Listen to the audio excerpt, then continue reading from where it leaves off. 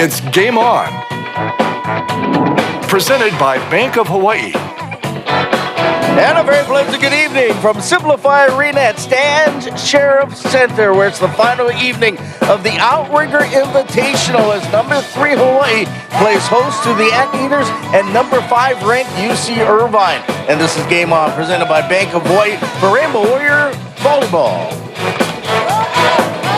Hi, everybody. Hope you're having a terrific Sunday evening. Scott Robbs, along with James Anastasiadis and Ryan Kalei Suji. Well, coming into this tournament, we talked about the fact that this was like a mini Final Four. So let's review how things have gone. First off, you see the standings. The only unbeaten team to this point is the University of Hawaii. Irvine is 1-1, and there you see Grand Canyon and Lewis both finished the Outrigger with 1 and 2 marks. So let's look at the scores starting on Thursday. Right off the bat, Irvine in 5 over number 1 Grand Canyon. Hawaii made quick work of Lewis. Then in Friday night's affair, another 5-setter in the opening match. That time Lewis upsets number 5 UC Irvine. Hawaii plays by far their best match of the season as they dominated number 1 Grand Canyon. And then there you see just moments ago, it was Grand Canyon getting their lone win here in this tournament as they went 5, coming back from down 2-0 to knock off the Lewis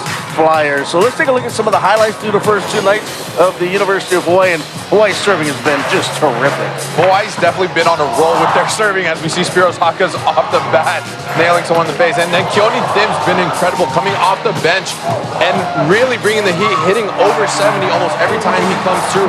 But Hawaii with so many service aces this entire tournament. The freshman Trent Rosenthal, Ryan, he's looked nothing like a freshman. Well, you know, this really was a big test for Hawaii and this 17-year-old freshman. How would he handle the pressure against some of the top teams in the country? And he has responded and elevated his game, helping to lead Hawaii to a 2-0 victory so far in this tournament. Alakai Todd has been just consistent all season long. He's been incredible, and over this past weekend, hitting over 600 against both GCU and Lewis. He's really found comfort in the opposite position this season, and we're seeing him reach other heights. Depending on what this guy does tonight, I would think that he may be the MVP of the Outrigger. And the MVP potentially of the entire season. Spyros Chakas putting All-American National Player of the Year numbers, making it look easy. This senior has a point to prove, and no doubt he wants to be back in the national championship. All right, 4 ranked teams here this week, and let's take a look at the ABCA Top 20 poll. Keep in mind, this poll came out on Monday.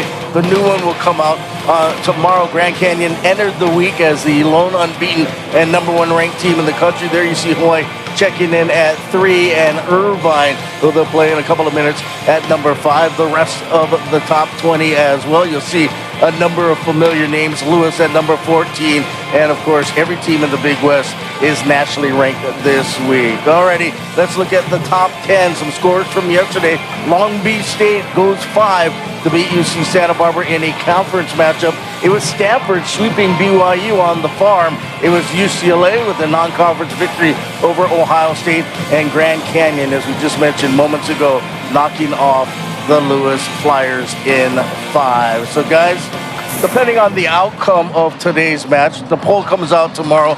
We could see, well, we will see a new number 1. It's just a matter of who it will be, Long Beach State or Hawaii. But Ron, you brought up a good point earlier before we went on the air that the votes actually had to go in at noon today, so right? I got clarification on that. Okay. And they actually have to 1 p.m. Eastern time tomorrow. And so a lot of coaches will watch tonight's match to determine the outcome of how they decide to vote on a new number 1. I think if Hawaii wins tonight, they will catapult over Long Beach State into that number 1 ranking. You just look at the amount of teams that they've beaten, the resume that they put up this weekend. I don't see how Hawaii does not go over Long Beach State with the victory tonight. I know you agree, James. I disagree with both of you, but go ahead. Yeah, no, I totally agree with you, Ryan. I think since coaches are the ones betting on this poll, is Hawaii is showing such a dominant performance. And again, Long Beach State would be the second runner-up for that position, but after going 4 and 5 against Santa Barbara, who is pretty low ranked in the top 20, Hawaii's just proving that when they are in rhythm, They are super hard to beat, and they have all the tools, let alone one of the biggest blocks in the country, constantly blocking the opposite position. When you have Alakai Todd standing at 6'9", and then Trent Rosenthal, they're playing so well that I find it hard to believe that coaches aren't scared of the Hawaii team that they saw this past weekend. I wouldn't say scared, James, but I will say that there's a good chance next week in Long Beach it'll be 1 versus 2. Whoever's 1 and whoever's 2. But Hawaii, first off, has to take care of business. This is a very good UC Irvine team. We've seen it this weekend, and the guys calling the action are going to tell us all about it. Of course, it's Kano, who's not wearing the same shirt as me today, and C-Mac. Yeah, too much intimidation last night with that's what it was. The similar shirt selection. Thanks a lot, Scott. Yeah, next to C-Mac, Chris McLaughlin, I'm Kanoa Leahy. And just to further the conversation from the corner crew, C-Mac, Charlie Wade told us coming into the week, he said, hey, look, if there is a team that goes 3-0 this week in a tournament that features 3 of the top 5 teams in the country, they should be able to stake a claim to the #1 spot. But also, as Scott alluded to, there's a lot of work to be done because they got to go up against the #5 team tonight in UC Irvine in a true Outrigger Invitational Championship game. Yeah, and this Irvine team is really, really good. I don't think they put their best foot forward on Friday night. They certainly had a great win on Thursday, but against GCU. But they're going to be bringing all their guns firing, and they're very difficult. Especially Hilaire Heno is just he's a handful. Yeah, Hilaire Heno is a 6'8" junior from Pornichet, France. He's averaging over 4.5 kills per set.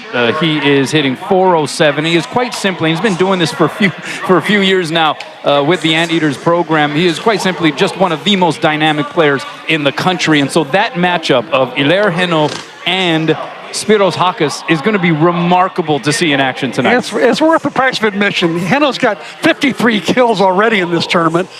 And he's got, at last count, he's got at least 100 different shots that he has in his arsenal. He does everything. So much fun to watch.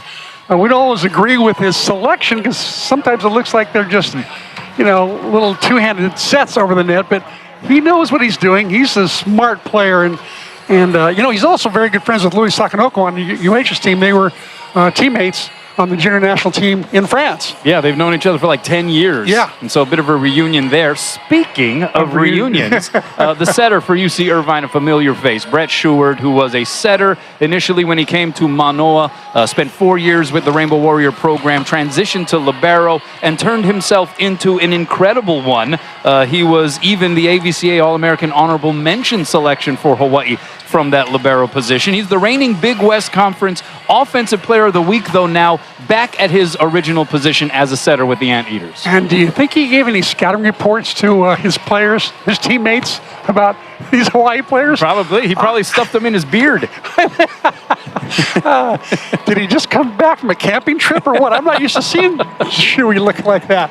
Anyway, he's had a great year. He's, I think, #2 in the country in assists per set. He runs a great offense, a little more conservative than Hawaii's offense, but when he's got guys like Heno on the outside, all you can do is lob it up out there to him. There's a pretty good chance that Heno's going to put it away. He's got averaging over 5 kills per set in this tournament, so he's a good one. And Spyros Chakas also averaging over 5 kills per set.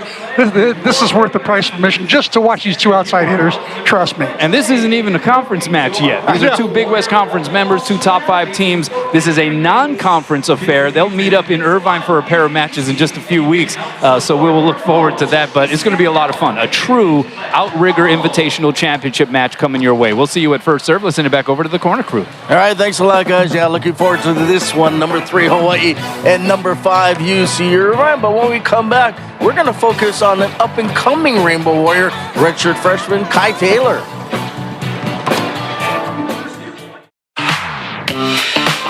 When I came on my visit here in October of 2022, the first thing I noticed was the fans and just how much they love volleyball, like the men's and the women's side.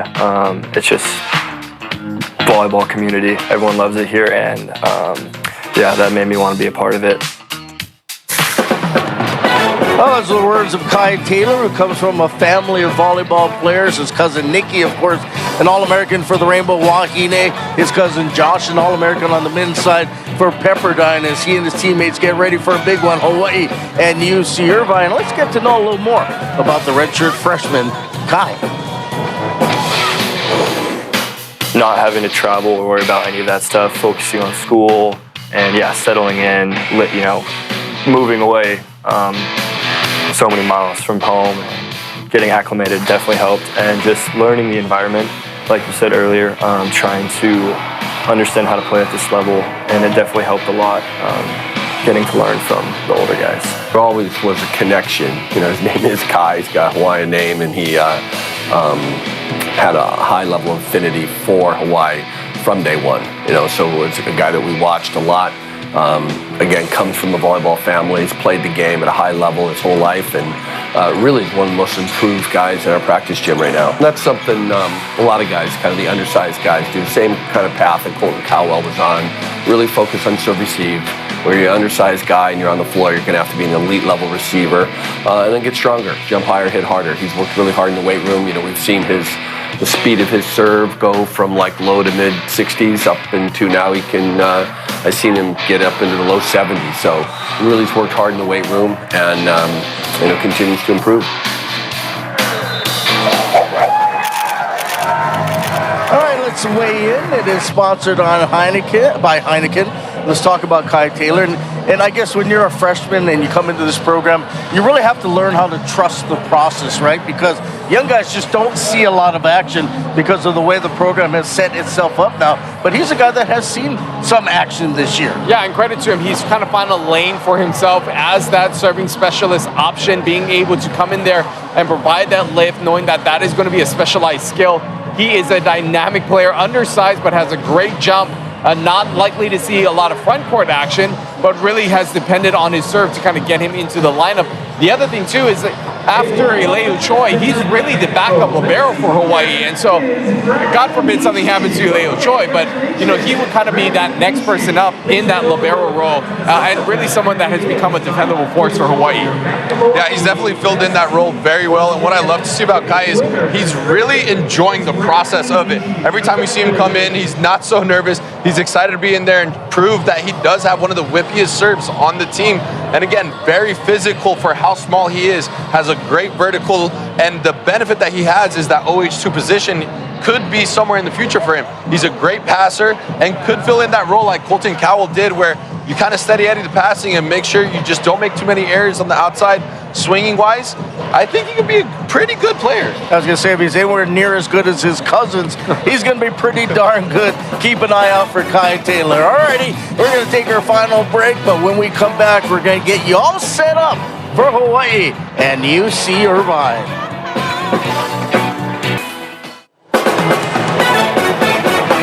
Expecting another large crowd here on a Sunday evening for number 3 Hawaii and number 5 UC Irvine. It's a non-conference matchup. Kind of ironic that the final non-conference matchup is against a conference team. But let's take a look, because Hawaii begins conference play in a week, and this was the preseason coaches poll a couple of months ago. You see Long Beach State picked to win the Big West this year. Hawaii comes in at second with a couple of first place votes, and UC Irvine garnered a first place vote. So the standings as of right now, the Big West got underway this week with a couple of matches. There you see Long Beach State won a pair. Last week actually it got underway. Irvine won a pair as well, and Hawaii and Long Beach State will go at it next week at the Pyramid. Alrighty guys, let's kind of look at the Big West right now. Currently, 3 of the top 5 teams are in the Big West. We could see the top 3 teams could be out of the Big, who knows? But this conference, it doesn't drop a level. It has been good ever since its inception. It really has. And the Big West is pretty much shown to be one of the most dominant conferences to play in. They've been in the national championship for the past 4 years in a row, and 3 of those were Big West teams as the national championship. They've just proved that they're really good at, one, recruiting. I mean, between Long Beach State and Hawaii, they have one of the top recruiting classes in the country every single season, but the competition they get to play is high level every single year. But it's also a conference that has been dominated by 2 teams, Long Beach and Hawaii. And so for a team like UC Irvine, who finds themselves almost consistently just on the brink, of course, last year they were able to make it to the conference championship, this is a team that has a lot of revenge factor on them. They are really nipping to just kind of get back up there and be not only number 3, but be number 1. How do you guys feel about teams within the conference playing each other in non-conference matches? I think it's beneficial because you get to kind of get a feel of what the team looks like, where their strengths and weaknesses are, and it does really prepare you for the season because the Big West is one of the smaller conferences. There's only 6 teams. They play 5 opponents every single season, so you really want to get a feel of what you're going up against because, again, the hard thing with men's volleyball is only 1 champion gets to go from each conference, and there used to be only 2 at-larges. Now there is 3. It's really hard to decipher who takes that at-large. I think it just gives them a little bit more of an edge going into the conference, really picking who the top-tier team is. I mean, in an ideal world, it would have been great to have another MPSF team in here or somebody else that we could see because of the fact that Hawaii is going to be able to see these teams in the conference season. But a lot of times it comes down to just overall scheduling and also finances. And there's a lot of things that happen behind the scenes when working on a schedule. It doesn't always work out where you can get other teams that you want in there. So sometimes it's out of convenience more than anything else. Yeah, it should be fun. Hawaii and UC Irvine, even if it is a non-conference matchup. All right, let's get ready for this one and tell us all about the leaders for UC Irvine. Well, the player to watch really has got to be Hillier Heno, one of the best players in the NCAA. Not only you see that kills percent at 458, but that lofty hitting percentage, and of course those 32 service aces. Also in the middle will be Maxim Grigoriev, who has really dominated at times in the middle and will be a physical force. And of course, that familiar face of Brett Stewart, who is running this offense.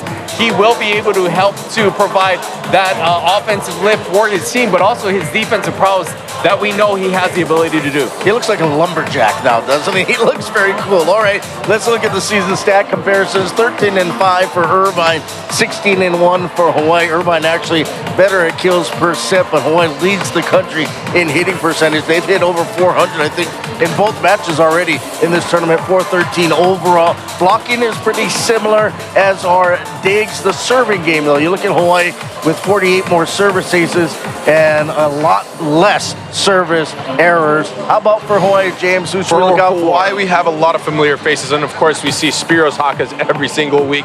He's one of the top leaders in kill percentage, hitting 440 on the pin, adding 4.24 kills per set. And then again, Guillermo Voss, a lofty hitting percentage, hitting 584, but his blocking this weekend has been phenomenal, adding 1 block per set. And then the young freshman Tread Rosenthal leading the country in assists per set with 10.06 assists per set. And again, the service pressure as a freshman, and especially learning how to jump serve once he got to college, he's a huge threat from behind that service line. All right, time to challenge both of you with your peak performer, Ryan. You're the veteran and returning champion, so you get to go first. Who's your peak performer? Well, I just talked about moments ago. Hillier Heno, the outside hitter, the lefty for Irvine, one of the best players in the gym. He can really dominate a match, and we've seen how he can provide that offensive lift, not only just by crushing balls, but he's very strategic in placing balls, sometimes with one hand in a tip shot or sometimes with 2 hands. He's a player that, as he goes, Irvine will go. And so a lot of pressure will be placed on him. I think if he passes well, expect Hawaii to serve him as well to try to see if they can really challenge him. But he could be a player that could pose a lot of problems for Hawaii. How about for you, James? For me, I'm going to have Spyros Chakas again. He's just really proven this weekend that he is one of the top outsides in the country, maybe one of the top players in the country. He has over 30 kills on the weekend in 2 3-set matches, and he's hitting well over 500 on the pin. He's just doing a phenomenal job, not only statistically leading this team, but also mentally bringing the team together, bringing that emotional leadership, and proving that he is the guy to watch this weekend. You know, let's get back to Brett Stewart, because he's been a part of this program for a long time. One of the most well-liked and well-loved teammates by everybody loved Brett, right? Yeah, What's it going to be like out there for these guys? It's really hard not to like Brett, someone that I've played with. And again, he is just such a great guy.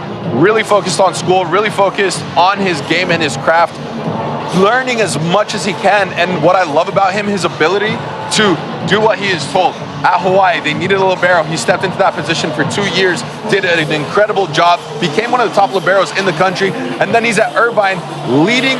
He is second in the country in leading the offense, and he's such an awesome guy. It's hard not to love him. Yeah, it's going to be a lot of fun seeing him out on the floor and seeing Hawaii. Their service game has been unbelievable. We'll see if they can keep him up, right, Pat Garcia? We'll take a break. When we come back, the national anthem, Hawai'i Pono'i, and the opening serve, number 3 Hawaii, number 5 UC Irvine, with Kanoa and Chris calling all the action.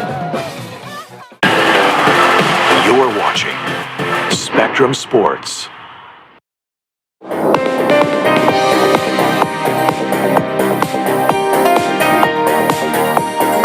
Ladies and gentlemen, aloha and welcome, volleyball fans, to another exciting evening of Warrior Ball 24. Please remain standing for the singing of the national anthem and Hawai'i Pono'i. And fans, please remove your hats. Veterans are encouraged to render a hand salute. Ladies and gentlemen, at this time, please direct your attention to center court in recognition of a color guard detail provided by the University of Hawaii Army ROTC Warrior Battalion as we stand for the playing of our national anthem and the Hawai'i Pono'i.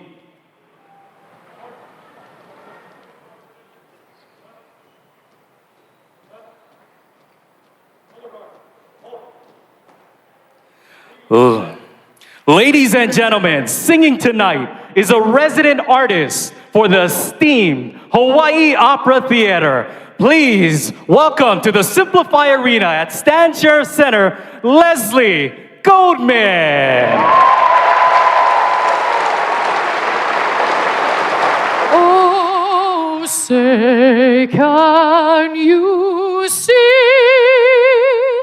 by the dawn's early light what so proudly we held at the twilight's last gleaming, whose broad stripes and bright stars through the perilous fight o'er the ramparts we watched were so gallantly streaming, and the rockets red glare, the bombs bursting in air, gave proof through the night that our flag was still there. Oh, say does that star-spangled banner yet wave o'er the lands of the free and the home of the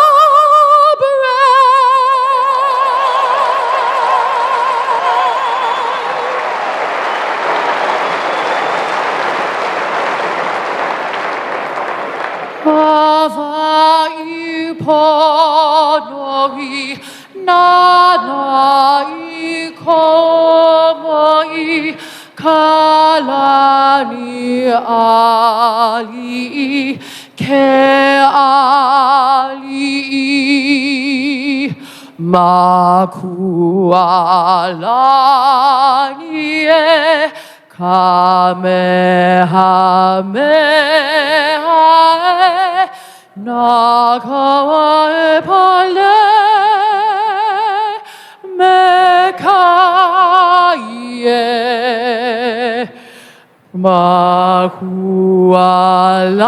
Makualani e Kamehameha e Nakawa e Pale Nekai e.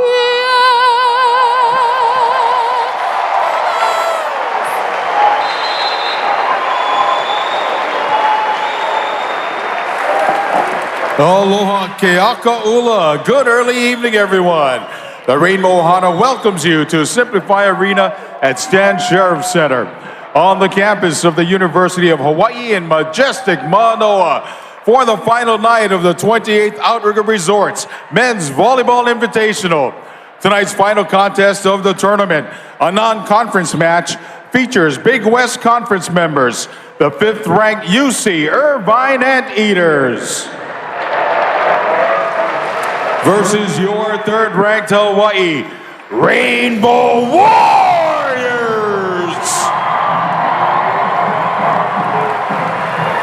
Introducing the UC Irvine Anteaters starting lineup. At Libero 2, 5'7" graduate student from Niu Valley, Oahu, number 1, Davis Lau.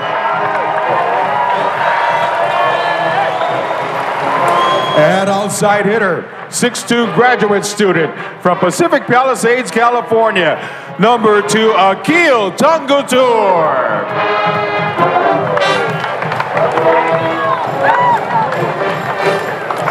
And Libero 1, 5'11" graduate student from Huntington Beach, California, number 3, Cole Power.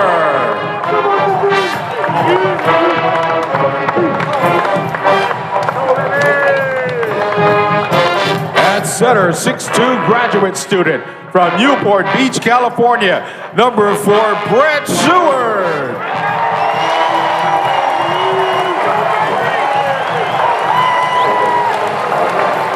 Also at center, 6-foot senior from Costa Mesa, California, number 12, Joe Carlos. And middle blocker, 6'7" senior from San Diego, California, number 17, Connor Campbell. And outside hitter, 6'8" junior from Pornichet, France, floor captain number 20, Elir Heno.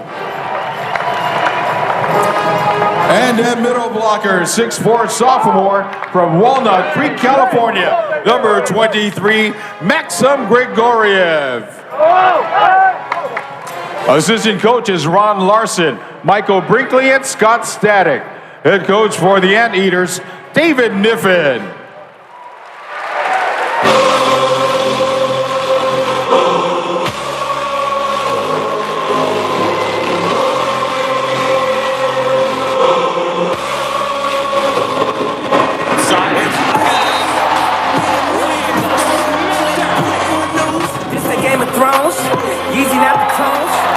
Where my rocket ship. Time to go home. They served us the part since the day we was born. Anybody pissed off? Gotta make a drink the yard. Now I'm Kelly. Now I'm Bill Cosby. Now I'm Puff Daddy Rich. That's me, Toonie Rich. What she say? And now, meet and greet the starting lineup for your Hawaii Rainbow Warriors.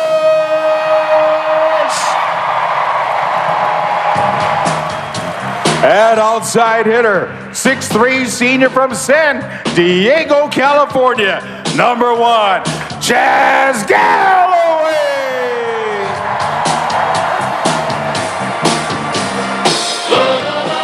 At libero, 5'7" junior from Waialae, Oahu, number 5, Eleu Joy.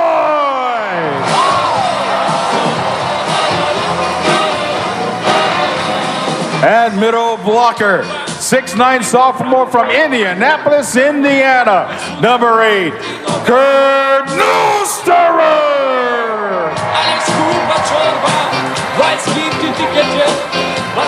At center, 6'8" freshman from Manhattan Beach, California, number 13, Trent Rosenthal.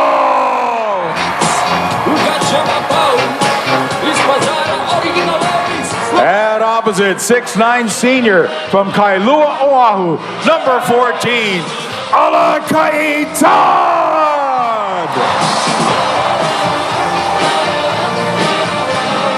At middle blocker, 6'7" senior from Rio de Janeiro, Brazil, number 21, Guilherme Voss.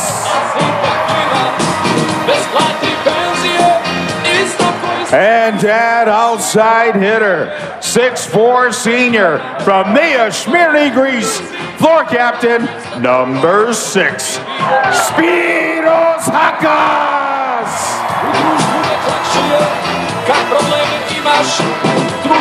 Assistant coaches Ku Ponofe and Chad Giesman. Associate coach Milan Zarkovic. Head coach for your Rainbow Warriors, Charlie Wade. And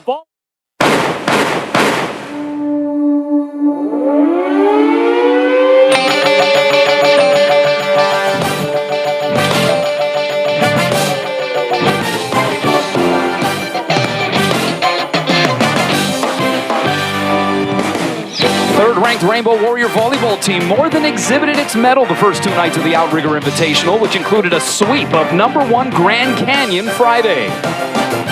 Tonight's opponent, 5th-ranked UC Irvine, features the nation's kill leader in hitter Elir Heno, who averages over 4.5 put-downs per set.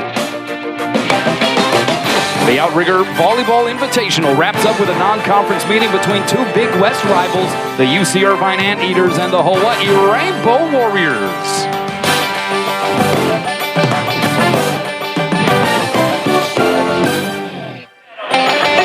With that, we welcome you inside Simplify Arena at Stan Sheriff Center. Kanoa he's sitting next to Chris McLaughlin. C-Mac, take us through the Kaiser Permanente keys to the match. For UCI, it's Hawaii 5-0. UCI's biggest challenge might be tracking Hawaii's attackers in offense. Sometimes there can be 5 of those attackers at once, hence the Hawaii 5-0 comparison.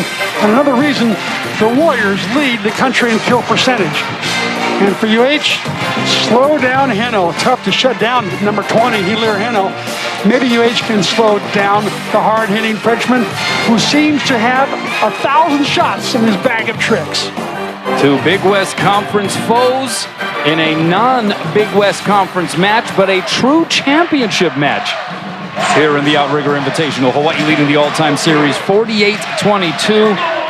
They met in the Big West Tournament Championship match. Hawaii won that one 3-1 last year. Hawaii has won the last 14 meetings in a row and holds a 25-9 advantage in Honolulu. Winner claims the Outrigger. And if Hawaii's able to do it, they will do so in 3-0 fashion, but a tough Irvine team across the net. We're playing volleyball here on a Sunday as who has just been a revelation here in 2024, gets things started with the kill. The Hawaiian Financial FCU starting lineup scrolling at the bottom of your screen. An interesting wrinkle out there on the Irvine side, wouldn't you say, C-Mac? 2 setters in the starting lineup with Brett Sheward and Joe Carlos. And it looks like Sheward is going to be hitting. He is. No William Darcy tonight. They do have this guy, though, Elir Heno, 6'8" junior lefty from Pornichet, France. Leading the nation in kills, 4.58 per set. Also 7th in the country in hitting percentage, hitting .407, and one of the best serving scorers in the country. What a wrinkle David Niffen is throwing at Hawaii tonight, Unreal. putting Brett Sheward as an outside hitter and not a setter. Alakai Todd hitting from the outside, dug up back over the net. Here, G. Voss blocked back, the cover there by Chakas. And Chakas gets the set on the right side. He gets blocked. Oh, and that touch by Eleu Choi drifted over the net and pulled Spyros into the twine. So the point for UC Irvine. They were firm up front there on that sequence. Not sure that was the smartest set by Eleu Choi. Probably should have gone straight out to the left side, make an easy set, rather than that difficult side set. Max Grigorev, 6'4", sophomore from Walnut Creek, California. Serving it long, and we are tied at 2 apiece. Well, you mentioned the injury to Will Darcy. We just learned about it prior to first serve. David Niffen in his 12th season now having to tinker the lineup. They have not been at full power yet. They have not been loaded up with all of their weapons at the same time yet this season. And now they're going to have to go through this match against a very tough Hawaii team, also shorthanded, as Heno is able to plug it through that Hawaii block. But he is the great equalizer, is he not? He really is. He had 60 swings the other night. And Darcy, though, took a big load off of him because Darcy has had 36 kills in this tournament. 19 one night, I think, and 17 the other night. As Alakai Todd tried to curl it over the block, missed it long. No touches called. And so UC Irvine up 4-2. Charlie Wade, 285 career victories, has his team riding a 15-match win streak. 16-1 coming into tonight. Chaz Galloway blocked the cover there by Choi. Chaz Galloway a second time, hovered a little bit, the dig by Stewart. So Carlos goes to Heno, and he does what he does so well. And that is that two-handed push dink through the block. He's got a bag of tricks. He not only will push it into the block, he'll push it in an open area of the court, totally befuddling most defenses. He's tough. He's a tough one, I'm telling you, on the French national team. Tough serve there by Brett Stewart. Alakai Todd able to go down the line. That was nifty. That's a shot I hadn't seen him use much his first 4 or 5 years, but now he's in his 6th year. He's wise in his old age. He's got all the shots now. So Alakai Todd with 2 kills. See what he's done in this tournament. He's been outstanding. Been that way all year. Middle set, that's Connor Campbell blocked back. Someone came into the twine. And it's going to be a Hawai'i net violation. And so Irvine up 3. A rare error here from Kurt Neuster. Getting the cable there with his forearm. And here is Heno, very difficult serve to deal with. That time dealt with pretty well by Galloway, but the back set ended up a joust above the tape, and so Alakai Todd able to cover up what was otherwise a mislocated set there by Fred Rosenthal. Well, he had to work hard for that one. Able to outduel Akil Tongutur. And now Alakai Todd will serve. Good pass there by Cole Power. Middle set, that's Campbell. And it goes through the open hands of Eleu Choi. So UC Irvine appears as though they're going with the 2-setter system. And Joe Carlos will hit in the front row, and Brett Stewart will hit when he's in the front row. This is strange, Kanoa. Nothing strange about that. Kurt Neuster pummeling that set by Fred Rosenthal, as he has done so many times already this season. Neuster averaging just under a kill per set, but he's hitting .402 on the year. And now Chaz Galloway to do the honors, the 6'3" senior from San Diego, California. 5 serving 7 here in the first. They go back row, it's Heno, and he got it down in that deep corner. They will set him everywhere in the arena. Yeah, he'll get, he averages getting every other set that's put up by the Irvine setters. So he gets a lot of work every single night. Ooh, Joe Carlos with the serve, and then Neuster straight down to the floor. How you like these jerseys Hawaii's rocking tonight here? They got the camo look on Military Appreciation Night. This is another one. This is another, you'll probably go out and steal one from the locker room, just like the retro jerseys you've already threatened to steal. Kurt Neuster follows up his monster mash with a freebie from the service line. Neuster is a handful from back there. He has a looping, diving serve, lots of top spin. 7 serving 8. One hand back set that time by Carlos. Punched up in the air by Voss. Here's a D set to Todd. 2 blockers waiting for him. He lights it aflame. Even when Alakai Todd has 2 or 3 blockers up, he still is aggressive. I like that about him, his aggression. Timeout taken by the Anteaters. Hawaii has worked its way back. We're even Steven at 8 apiece in set 1.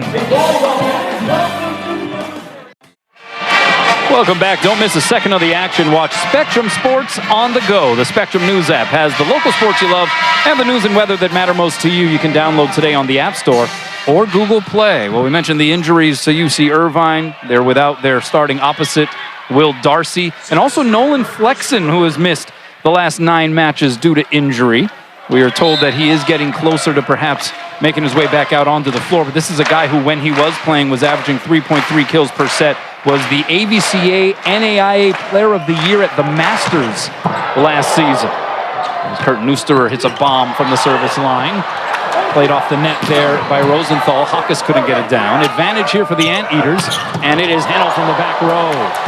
Off the platform of Todd and out of bounds, and Irvine jumps in front. But when Irvine is, at some point this season, you would have to assume they will be, when they are fully staffed, they are going to be a load to deal with. Absolutely.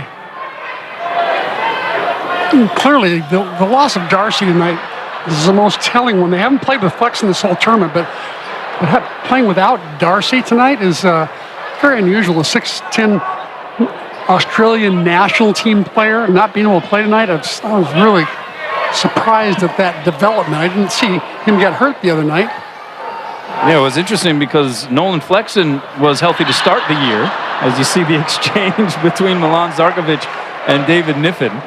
Niffen himself trying to work a little double duty to take some perspiration off of the floor. And it looks like there may even be some blood there. So that's what they're going to tend to here. But yeah, Flexen started on the active roster and was playing through the first portion of the season. The match after he got hurt in the first meeting with USC, part of a 2-match series. The second match against USC was when Will Darcy returned. So they just missed each other, and because of that, UC Irvine has not had its full complement of hitters on the floor at the same time yet this year.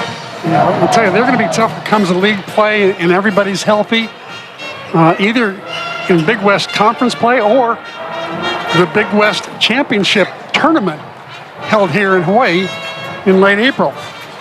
Well, this pause also gives us a chance to congratulate Coach Niffen because he is once again a new dad. Daughter Sophie was born 3 weeks ago, so congratulations to the expanding Niffen Ohana, his 4th child. And we asked him, so Dave, how did you get away from the house? What's up with that? He said, what did he say? He said, well, it's the only way I could get any sleep. I had to come on the road. So no, congratulations to the Niffen family. 9 serve and 8 as we return to action.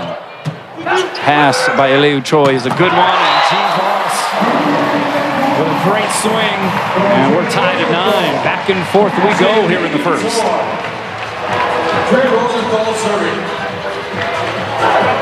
This lineup that Irvine is presenting right now is going to present some mismatches, to say the least, in the front row.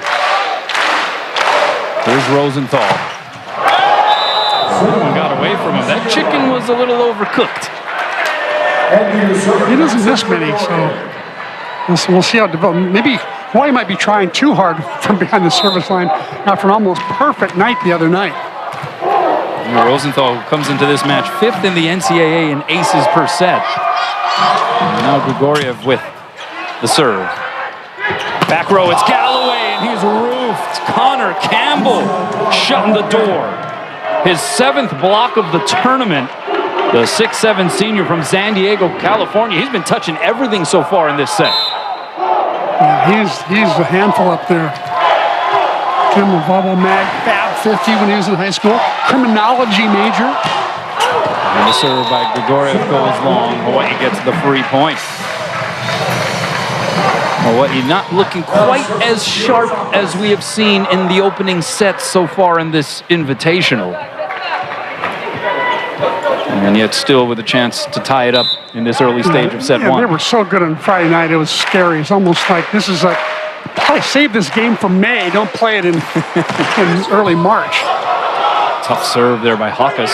So it's Davis Lau will make that Cole Power with the serve, the set. Hawaii will play it back, and Alakai Todd, good sliding save there by Power. Heno from off the net. Pancake save, Chakas. Voss with the set. Galloway gets it home.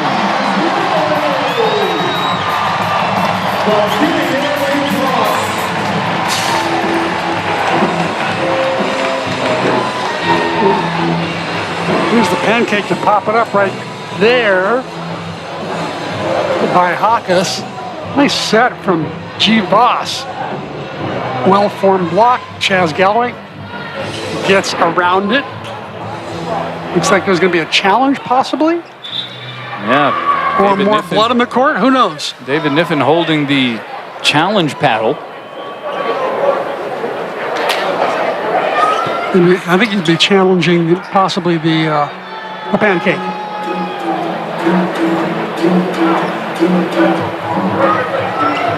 We have Wayne Lee. They're still looking down at the Terraflex. I'm not sure if there's still some blood trickling on the playing surface.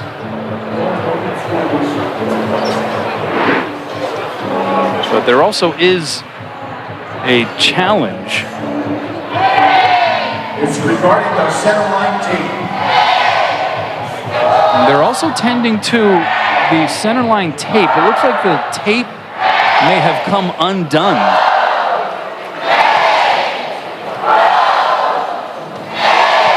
And so I think they're going to have to call upon the big boss himself, Rich Sheriff, the arena manager. He's going to make everything right.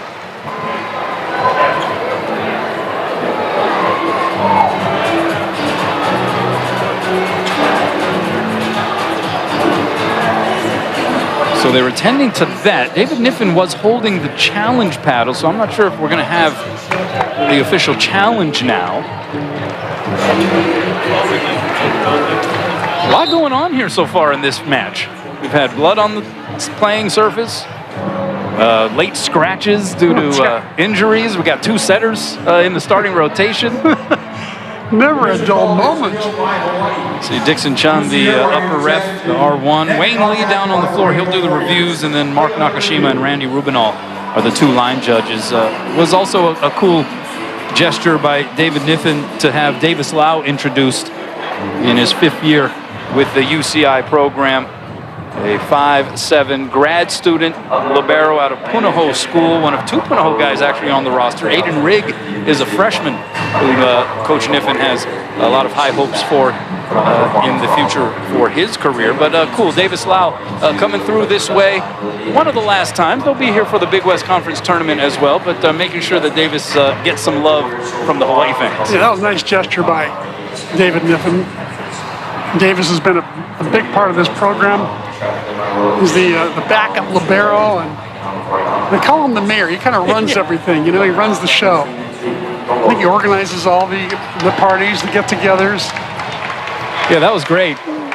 When you greeted David Niffen on our Zoom call earlier this week, he said, hey, where's the mayor? How's the mayor doing? And he said, oh, the mayor's sitting in the back of the van right now. They were in the van maneuvering through town. Yeah. Davis's dad, Alan, played for me back in the late 70s. Then he went to Santa Barbara.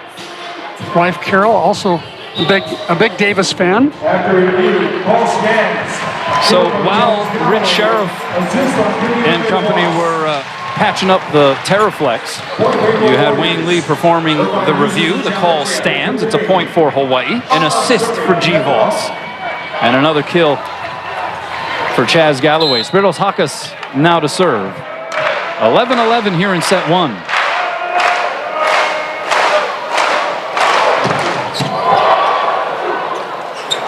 Back set goes to Sheward, and he is blocked. Good cover there by Power. And then the power from the middle swing of Connor Campbell.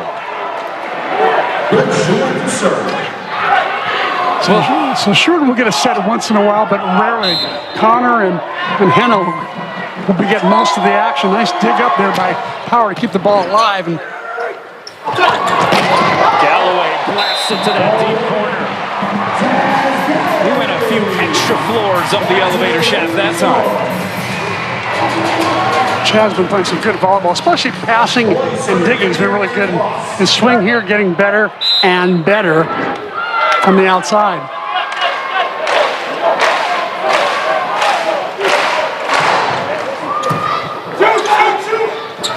Middle set, Campbell dug up over the net and out by Guilherme Voss.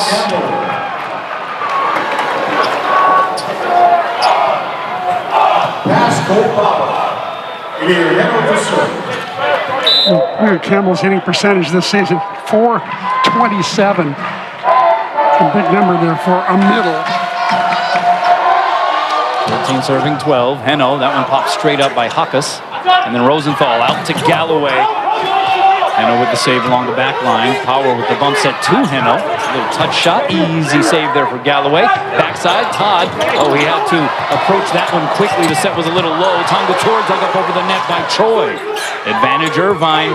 Heno from the back row blocked. He gets his own cover.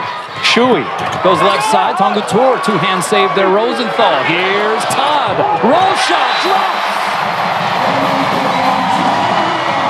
He took a page out of the Heno handbook. We haven't seen that shot much from Hawai'i Todd this year at all. The changeup, the roll shot. He mostly goes 100% all the time, but tonight we've seen him have win a couple jousts, and he's got that roll shot. So we're tied at 13. Hawaii hitting .364. Irvine hitting .500, yet to commit a hitting error. Here's Tonga Tour off the bump set, got blocked. Shui goes middle, Campbell blocked. Now Power, high ball, bump set, tight to the net. The joust is won by Hawaii.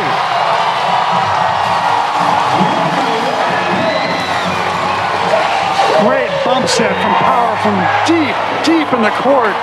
Bumps it up there for Tonga Tour to go up, and he just gets snuffed by a three-man block. Nowhere to go. And so the first hitting error of this set for Irvine. 14 serving 13. Todd. Pass there by Power. Middle set. Campbell blocked. Punched up by Shui. Here's Tonga Tour from off the net. The dig there by Todd. Here's Chakas from the back row through the block. The two-hand save Power. Irvine on the attack. Heno roll shot. Slowed down by Nooster. He knuckles it into the air. Galloway off the hands. Tonga Tour the save. We play on. Campbell down the line and in.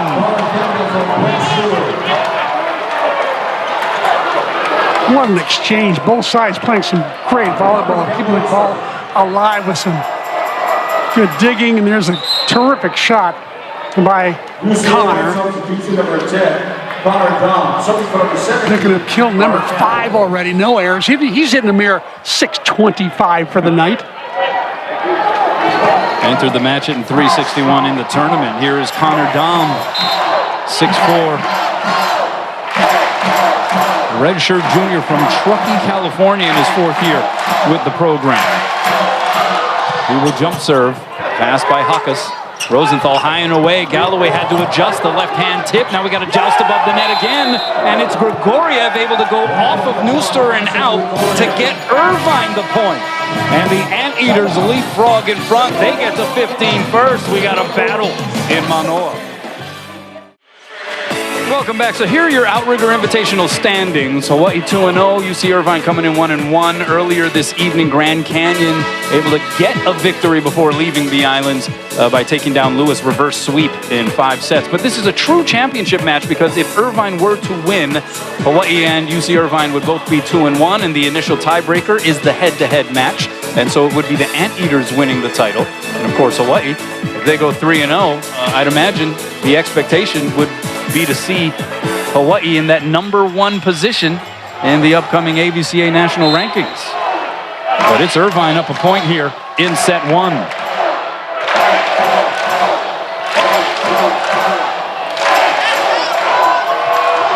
Connor Dom with the serve, sliding pass there by Choi. Disek goes to Todd. He comes with that broad jump approach. That's set by Rosenthal, a little off the mark. Good dig by Heno. Tonga Tour two-hands it over. So the big advantage here for Hawaii. Disek, Todd against a solo block. Goes off the hands and down for another kill. Hawai'i Todd with 6 put-downs. He's hitting over 400. Yeah, he's playing some solid volleyball right now. Look at the stats from Irvine. 19 of their 28 sets have gone to 2 people. Connor Campbell and Hilaire Heno. I think we'll see a lot more action with Darcy out, Flexen not in the lineup. Tongatua is struggling right now. Yet to get a kill. There's Keone Thim. Crowd always gets a little bit buzzy when he's in to serve. Made sure he got it in that time. Middle set to Grigoriev. Good diving save there by Todd. Thim sets up Chakas. 3 blockers up, and he's able to tool it. Hawaii back in the lead. That's the first kill for Spyros. Watch this play by Alicante Todd at 6'9", going to the floor like it's his friend, keeping the rally alive, and Spyros does the rest. Yeah, that one plinkoed in that triple block and wound up out of play. Chakas averaging 4.8 kills, hitting .595 in this tournament. Tongatua, 3 blockers up, and they eclipse the sun. The blockers get a credit for the block, but how about Keone Thim just ripping that serve, forcing an out-of-system set. Oh, the grill too hot that time for Akil Tongatua. Hawaii up 2. Timeout Irvine. Line. And the 2 top hitters right now matching each other's production. Elir Heno, 6 kills, 3 digs. Alicante Todd, 6 kills and 2 digs. Just 1 error between the 2. Todd the only one to have committed a hitting error so far. Living up to their pregame hype, wouldn't you say? Meanwhile, Keone Thim hyping up the crowd as he gets ready to serve. Gets it in. Heno with a perfect pass. Middle set. Grigoriev. What a dig by Choi. Thim from the back row. Diving save there by Sheward. Tongatua over that block. And in. What a shot that time by Akil Tongatua. Finally picks up his first kill. He does it in a very, I thought, fantastic fashion. He goes up. He's 2 blockers up. He just cuts it back across his body and down. Todd. Oh, there was just 1 blocker against him. It was Akil Tongatua. And good luck the way this guy is grooving these days. That's a bit of a mismatch. 6'8" Todd. Tongatua went and took his line, giving the cross court wide open. Alicante Todd, 4th nationally in hitting percentage coming into this match, hitting .438 on the year. We showed you his numbers in the tournament, hitting .640 coming into tonight. Grigoriev, oh, that was a hammer. Grigoriev is one guy who, in my opinion, has been the steadiest player other than Heno on this UCI team. Every night he's putting up big numbers. He's hitting .309 for the year, but I think he's hitting over .400 for the tournament. Yeah, .472 coming into this match in the outrigger. Overpass that time by Thim. Carlos going outside, it's Heno.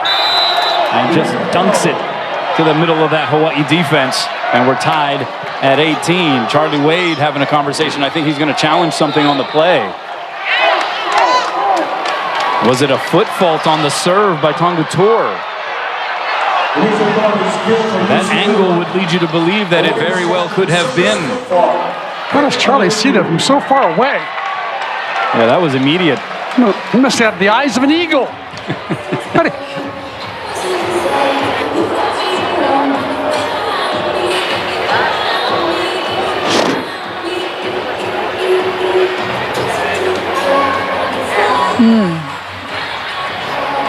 A little far away there to be able to tell. I think it's okay. I don't think he touched any white. There are some other camera angles that we don't have access to that the officials do via the DV Sport replay system. That looks really close. It does. We're talking millimeters here. Hawaii hitting .335 CMAC. They've committed 2 hitting errors, just 1 service error. And yet it feels like they aren't putting together the kind of rhythmic performance that we've seen here the previous 2 nights in the Outrigger Invitational. That's how high the standard has been that they've set for themselves. That's right. Hawaii came into this match in the Outrigger the previous 2 nights hitting .453 with 18 total aces, 17 and a half total blocks, and they had only been aced twice. And this is against the 14th and the #1 ranked team in the country.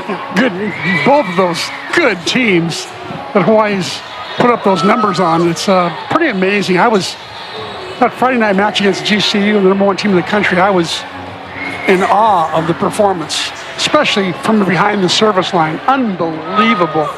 Putting pressure on the Antelopes all night long and doing it consistently. Not many errors, and just hitting with pace and in. Well, Charlie Wade mentioned, hey, look, this week is an opportunity for us to learn about ourselves, whether the incredible production, the incredible numbers we've been putting up here in the first segment of the season, tops in the nation, hitting percentage, tops in aces, whether or not those were more of an aberration because we're going up against such high quality competition. The thing is, those numbers have only gone up the previous 2 nights of this invitation. I know. It's amazing. He's got to be pleased with the first 2 nights at least. I'm not sure if she's real pleased with, the first 36 points of this match, though. He's probably not too pleased, it appears, by how long this review is taking either. So there's an angle, you can kind of see it on the monitor. Not something that we have. That's from the other side of the arena. I'm not allowed to. And so a static camera there, and Wayne Lee going back and forth trying to see if he can tell conclusively whether or not there was a foot foul. There was not one called on the floor. That's the challenge coming from Charlie Wade, and so it has to be conclusive in order to be able to flip the call. Hilaire Hino's over talking to the R1 right now. Hilaire's from Europe, where they have replay systems that are many more cameras and more pixels, more frames per second. He's used to fast challenges being done in a second. Yeah, you see some of the players now starting to stretch out a little bit, get themselves loose and warm. Hard to stand around for these kinds of pauses. How about the crowd tonight? Yeah. Looks like, I would say, there's a good solid 7,000. Yeah. Maybe pushing 8. Great turnout here on a Sunday for the final of the Outrigger Invitational. No conflict with baseball today because baseball played earlier, and I believe they were victorious, correct? Yeah. They steamed rice? Yeah, they fried rice. Right. We're the first one to make those jokes. All right, so the call will stand. Not enough evidence to overturn it. I think you can tell what Charlie thinks about that. We're tied for the 10th time here in this first frame.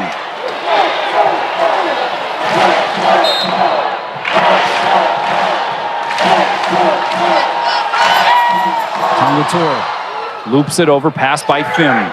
Middle set, Voss! Nice pass by Keone Fim to get it all started, and then Rosenthal delivering a money set to Voss. So Hawaii inches ahead here, 19 serving 18. Tread Rosenthal with the serve. Outside it's Heno, tried to touch it off the block. Scrambling on the Hawaii side of the net. Now the roll shot by Todd, diving save by Power. High ball set Heno. There's Rosenthal off the fingertips of the block, so Thim. High ball set to Chakas. 3 blockers waiting. They're able to slow it down. Carlos going to Grigorev and got just enough to go off of Alakati Todd's blocking out for an Irvine point. Check out this dig from Cole Power, the former UCLA player, transferred to UCI. He kept that rally alive and gave Grigorev a chance to get the final kill. 19 all. How about that pass by Choi? Here's Voss. And that one too hot to handle for Tongator, even though he was in position for the save. That was a really good pass by Leo Choi, as you noted. He goes down low, keeps it in front of him, puts it right in the money for Rosenthal. Voss now with 3 kills on 4 swings. Chakas to serve. That one tickles the tape. One-hand punching pass there, Tongator. Heno just rising above and finding the open spots on the floor. He makes it look so simple. One of the things he does is he draws a back row player up because he has so many great tip shots. You see Rosenthal sneaking up there, which leaves a wide open area 1 back in the back court. And he just knows how to find it. Brilliant, brilliant player. Very intelligent. Brett Sheward with the serve. Backside, it's Todd. Heno was able to get a good piece of that on the block. Here's Thim from off the net. Tried to go deep corner. Power with the save. High ball bump set. It's Heno again. He's got 9 kills, no errors here in this match. And we're still in set 1.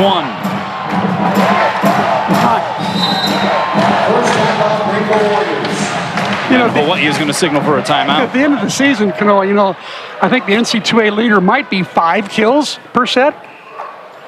To have 9 in the first set, unbelievable. And he's done it on 16 swings. He's in 560. He is just so hard to stop. He has the full array of shots. I don't think he's repeated one shot yet. There's a two-handed dumper. There's one out of the back row, hitting area 1.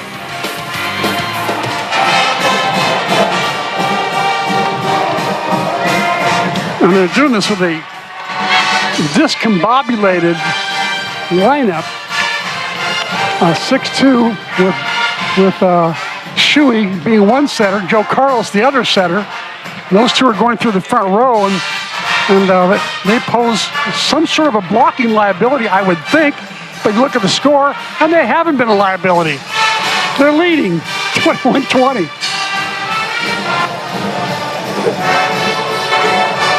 Well, even with the lineup shuffling that was forced upon David Niffen due to the late scratch to their starting opposite, Will Darcy, you got the 2 setters, Brett Sheward and Joe Carlos out there, both playing as hitters in the front row.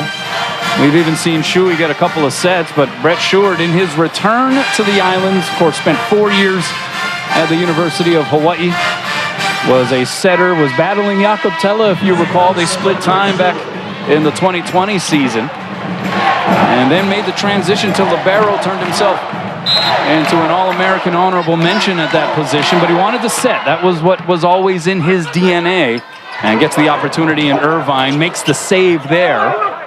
And now Heno, that was a full swing, slowed down by the block.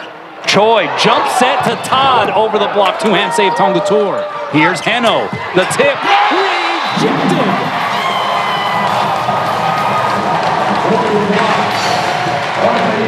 Heno's first error of the night. Yes, And so Kevin Calling now enters into the match to serve for Hawaii. Tightly contested first frame. Pass by Powers, great one. And Heno hammering. 10 kills in set 1 for Ilir Heno. Amazing. You think he could breathe a sigh of relief when he goes to the back row? Oh no, he gets just as many kills from the back as he does from the front.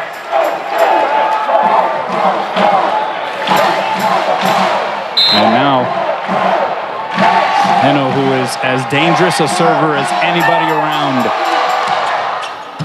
Pass by Choi. Here's Todd. That one almost scraped the scoreboard above, off of the dig. And then Tonga Tour. Denied access. Todd jumping up next to Nusserer.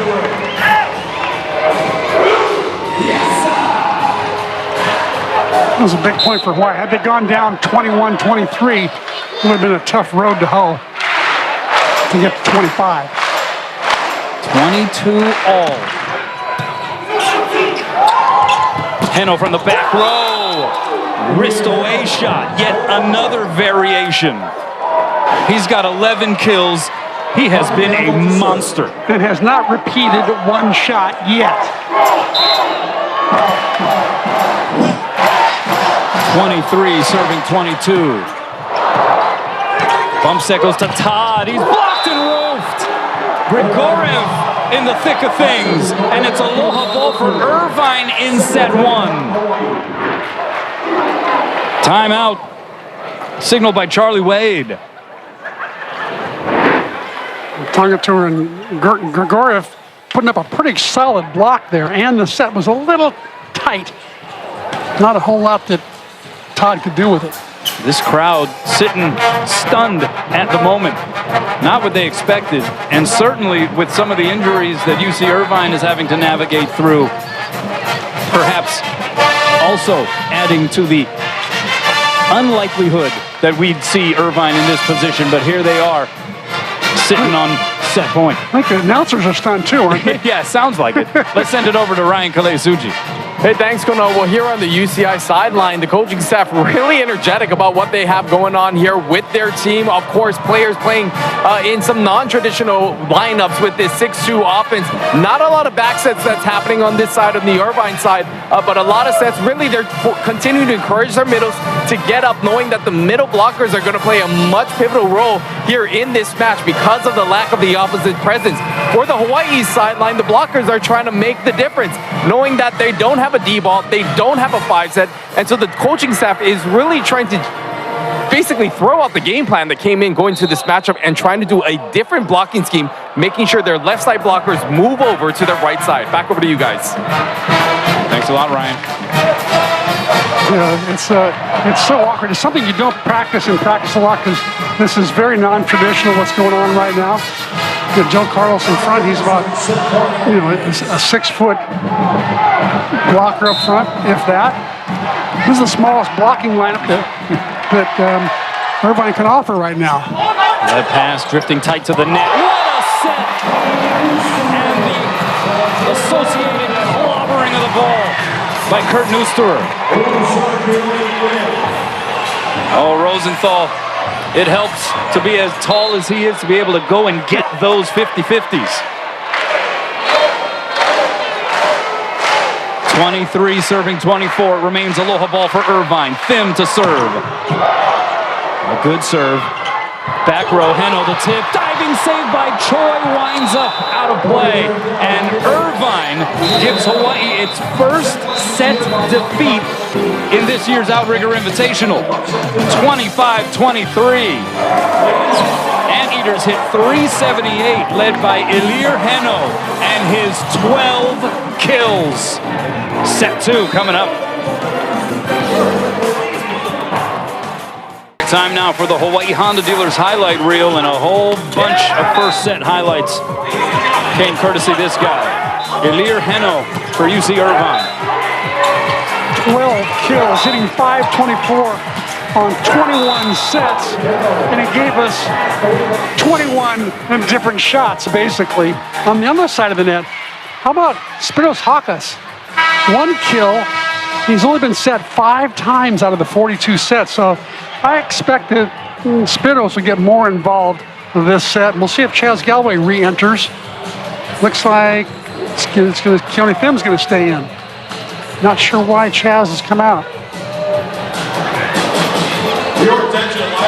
Well, it was interesting. We commented Hawaii hit 310 in that first set. They only committed 1 service error, only 3 hitting errors. It just didn't feel, though, seeing that set play out like Hawaii was putting together anywhere near its A game. Yeah, I would agree. It's just they were just a step off. The serves weren't quite as crisp, even though they only had 1 serve out. Passing was a little off, so they couldn't really run the kind of offense that Tread Rosenthal would like to run. We'll see if they can get it all back together and see if the coaching staff puts some plans together here for this second set.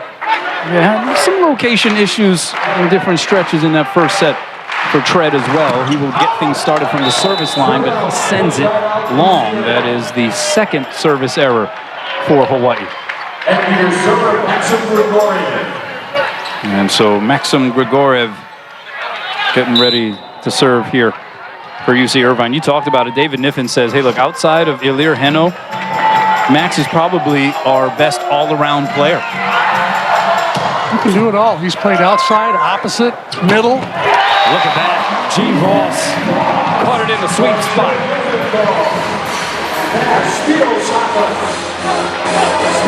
Awesome. I like that one. Antes in the corner coming through with their clever signs. They always do. 4 kills for Voss. Here's Spyros. Oh, that was a heavy heater. Stewart has to chase down the second touch. Carlos lobs it over. Voss again, paintbrushed it, but got it down anyway. That was a big-time whip right there. Even he will admit that. The Brazilian flags show up. That thing had backspin on it. Hey, it shows up the same in the box score. His 5th kill. Right. He's hitting 7-14 here, 2 serving 1. Here's Heno, dug up by Chakas. Rosenthal has to play it off the net. And it goes to nowhere. And so Ilir Heno getting back to business. He's got 13 kills. First team ABCA All-American last year. Averaged 3.46 kills per set. He also had 87 aces a season ago. That is the single season UC Irvine record and the second most all-time in NCAA men's volleyball. Yeah, he's just amazing from beyond the service line. Hawaii is luckily so far for Hawaii. They've gotten him out of his rotation only 1 serve each time, but normally he serves in bunches. Here's Thim. He pulverized it. Over there paying a lot of attention to G. Voss that time. And the Thim Reaper in action.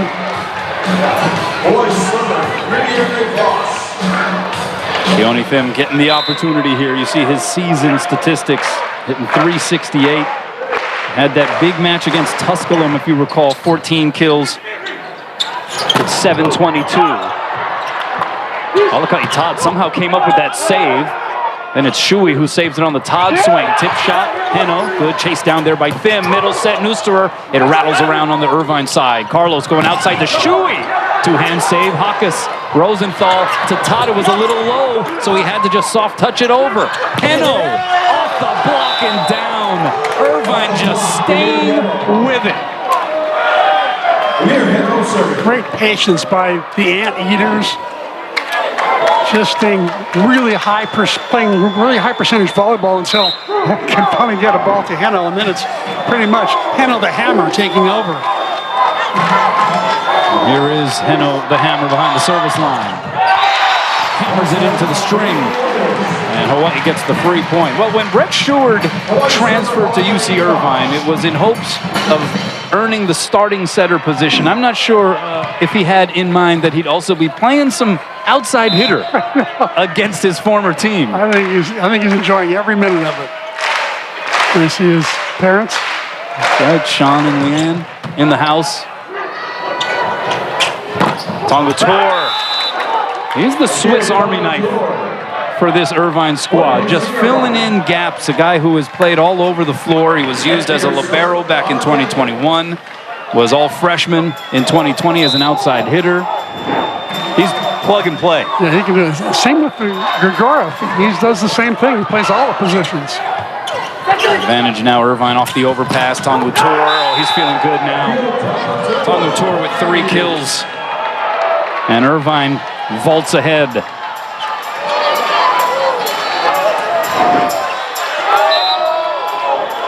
Once again, what caused that was a errant Hawaii pass. Let's see if we can pass a little better here. I thought the ball was out. Back row, Chakas! That was a laser beam off the palm of Spyros Chakas. I think Chakas has got to get set a lot more as this match goes on. So Thim now to serve. Oh, it's a good one. What a pass by Power.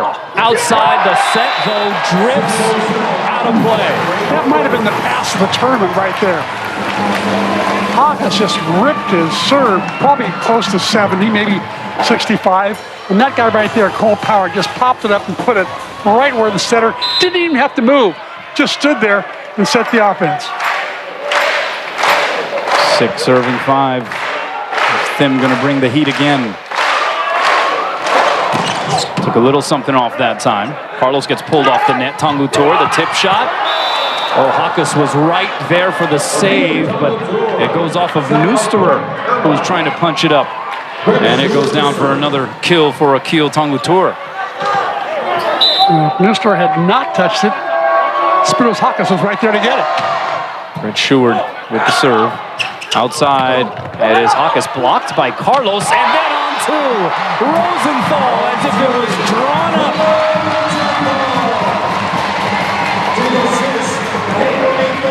There's going to be a question right here on whether or not Hawaii went under the net on the previous play of that. See if Nathan's going to challenge or not. Well, he's talking to Wayne Lee right now. No challenge, it appears. Wayne Lee let him know there was not an interference in that underline call. So 7 serving 6. It's Nusterer. That's a good serve. In fact, it's an ace. Well, Kurt has brought the lumber here to the arena tonight. He's got 3 kills, a couple of them emphatic, 3 blocks, and how about now 2 service aces for Kurt?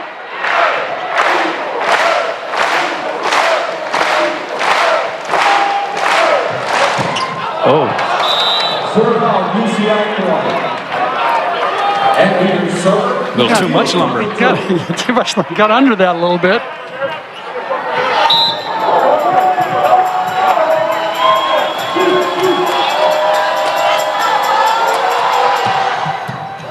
Pass by Thim, tight to the net, one hand set, Voss! And the improv works for the Rainbow Warriors.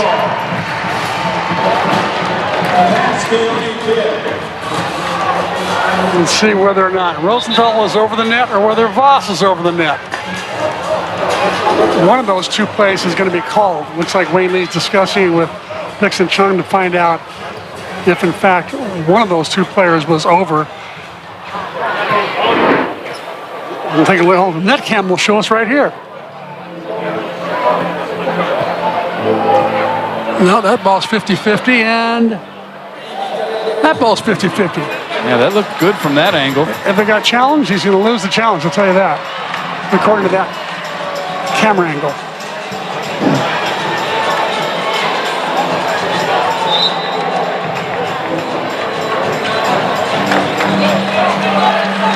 So we will play on. Hawaii gets the point. Voss gets the kill. He has 6. With no errors hitting 750, and now Tread Rosenthal will serve. 3-time Big West Conference Freshman of the Week. What a serve it was. Out of system here. Bump set goes to Heno. Sliding save there by Choi. Here, Todd blocked right back into his lap. Elir Heno doing everything here this evening in Mānoa. He is a one-man wrecking crew tonight. Nice set from Rosenthal. Malachi Todd gets a good swing at it, but just too much anteater block. Gorev with the serve. Rosenthal had to chase that one down. Todd blocked. The cover by Chakas. Voss joust above the tape. Shui jump set. Heno off the block and into the pin. He can do no wrong. He's got 15 kills. 1 error and 26 swings.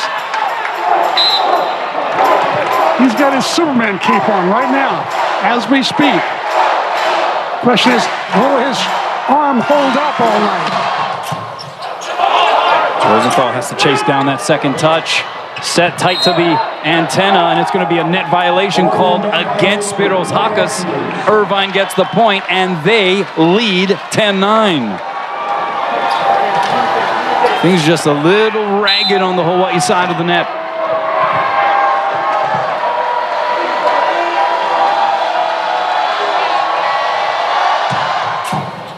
That's an overpass. Shui goes middle to Campbell, blocked. Here's Carlos going middle to Campbell, blocked. And Going to be a double contact called. David Niffen arguing the point.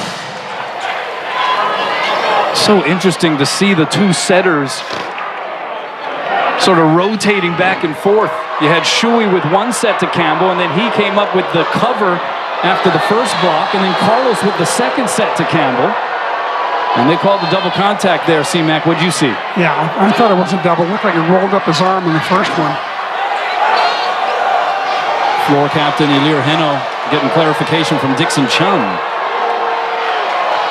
And the crowd growing more and more impatient here with some of these lengthy officiating discussions.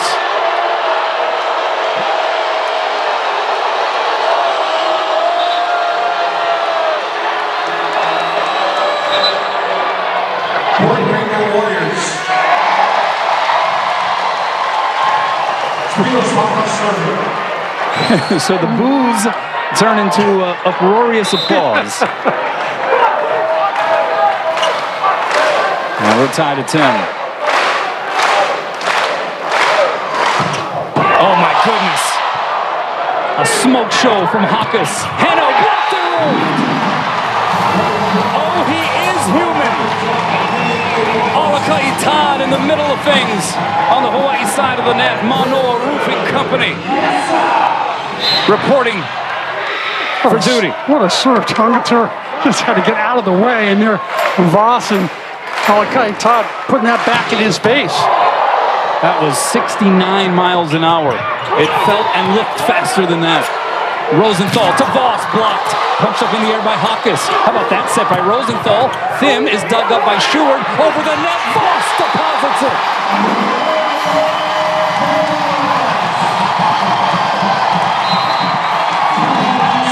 And a timeout by the Anteaters. Spyros Chakas firing missiles from the service line, leading to good things for the home team.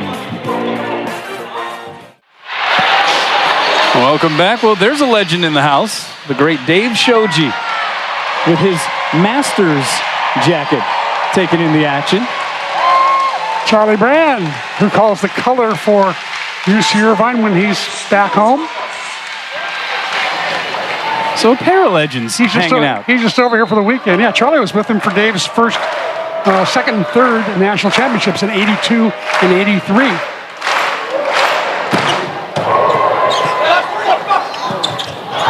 Stewart pushing that set quickly out to that pin. And Heno able to do what he has done now 16 times. Get it home for a UC Irvine point. Do you think Shuey always knows where Heno is? I would say it's a safe bet. And if he doesn't, shame on Shuey. Here's Thim. Oh, he jousted with his former teammate there above the net. Heno, tip shot. Easy pickings there for Choi. Back row, Chakas, his tip sniffed out by Carlos. Heno blocked. Cover there by Cole Power. Shuey right back to Heno. And he missed the floor wide. That time got a little too cute with it. And the crowd extra boisterous as they cheer a rare error by Ilir Heno.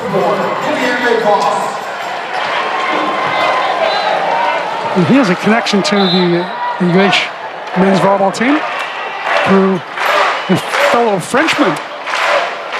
That's right, Louis Sapanoto, as Kevin Calling serves it into the twine. Both hailing from France, playing some youth international level volleyball together. They, according to Louis, have known each other for 10 years. Yeah. And Louis said if he gets into the game, he will not be speaking English to him. It will be all French. 12 serving 13. Good pass there by Chakas. Back row, Spyros.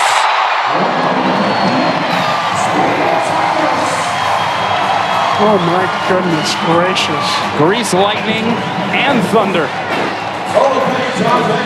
This was something else. Even Grigoriev, who's a very versatile middle blocker, could not get there in time. So Spyros now showing some signs here of awakening in this second frame. 14 serving 12. Todd sends it across. Tongu Torres, kind of a push swing that time, dug up by Choi, and Alakai Todd jumped too early and still found the floor. Hawaii gets to 15 first. It doesn't always have to look pretty. Alakai Todd now with 8 kills to lead the Rainbow Warriors.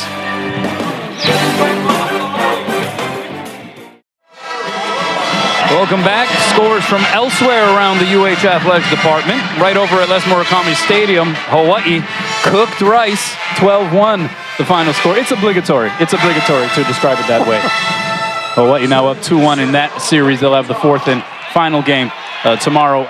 Just after 2 p.m. is the first pitch. Rainbow Wahine softball over Cleveland State, 6-1. And Rainbow Wahine water polo falling to Cal, 9-8. Hawaii with a big matchup with USC coming up shortly. As Alakai Todd serves it out of the timeout.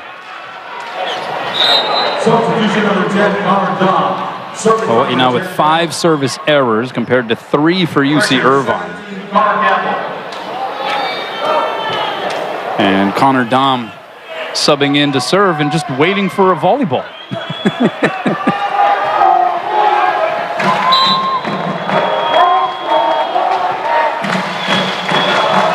Surprised that he didn't get a chance to be an outside hitter tonight.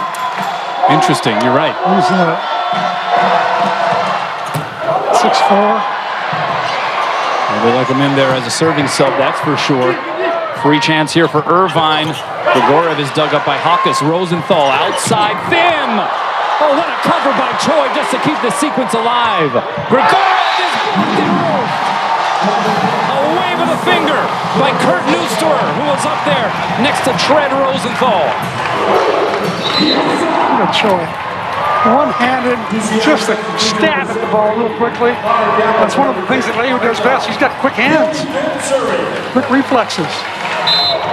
Kurt Neuster with 4 blocks here in this match. Hawaii has 7 as a squad. 16 serving 13. A good one by Thim. Oh, the set off the mark. A free chance here for Hawaii. Rosenthal, back row Thim, the tip sniffed out by Shui. Tongu Torres had to soft touch it over. And then over on 2 goes Tread. And the largest lead of set 2 for the Bows. UC Irvine knew that was coming. They had people there in line, but just could not put it down. That came over a little bit too quickly from Tread. Great shot. And we're going to have no challenge. It was a long discussion. David Niffen talking with Wayne Lee. I think he may have had a few words to say, thinking that Tread Rosenthal guided that ball over. That was a fiery serve there by Thim. Shui with the swing, Thim the save. Rosenthal outside, Chakas up the ladder, and down the chute it goes.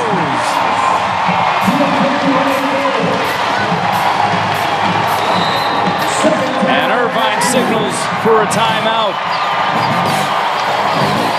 What previously was a not-so-fluid performance by Hawaii, starting to find some rhythm.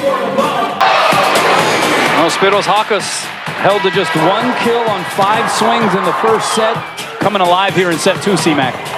Yeah, and finally giving him some more attempts, and that'll help.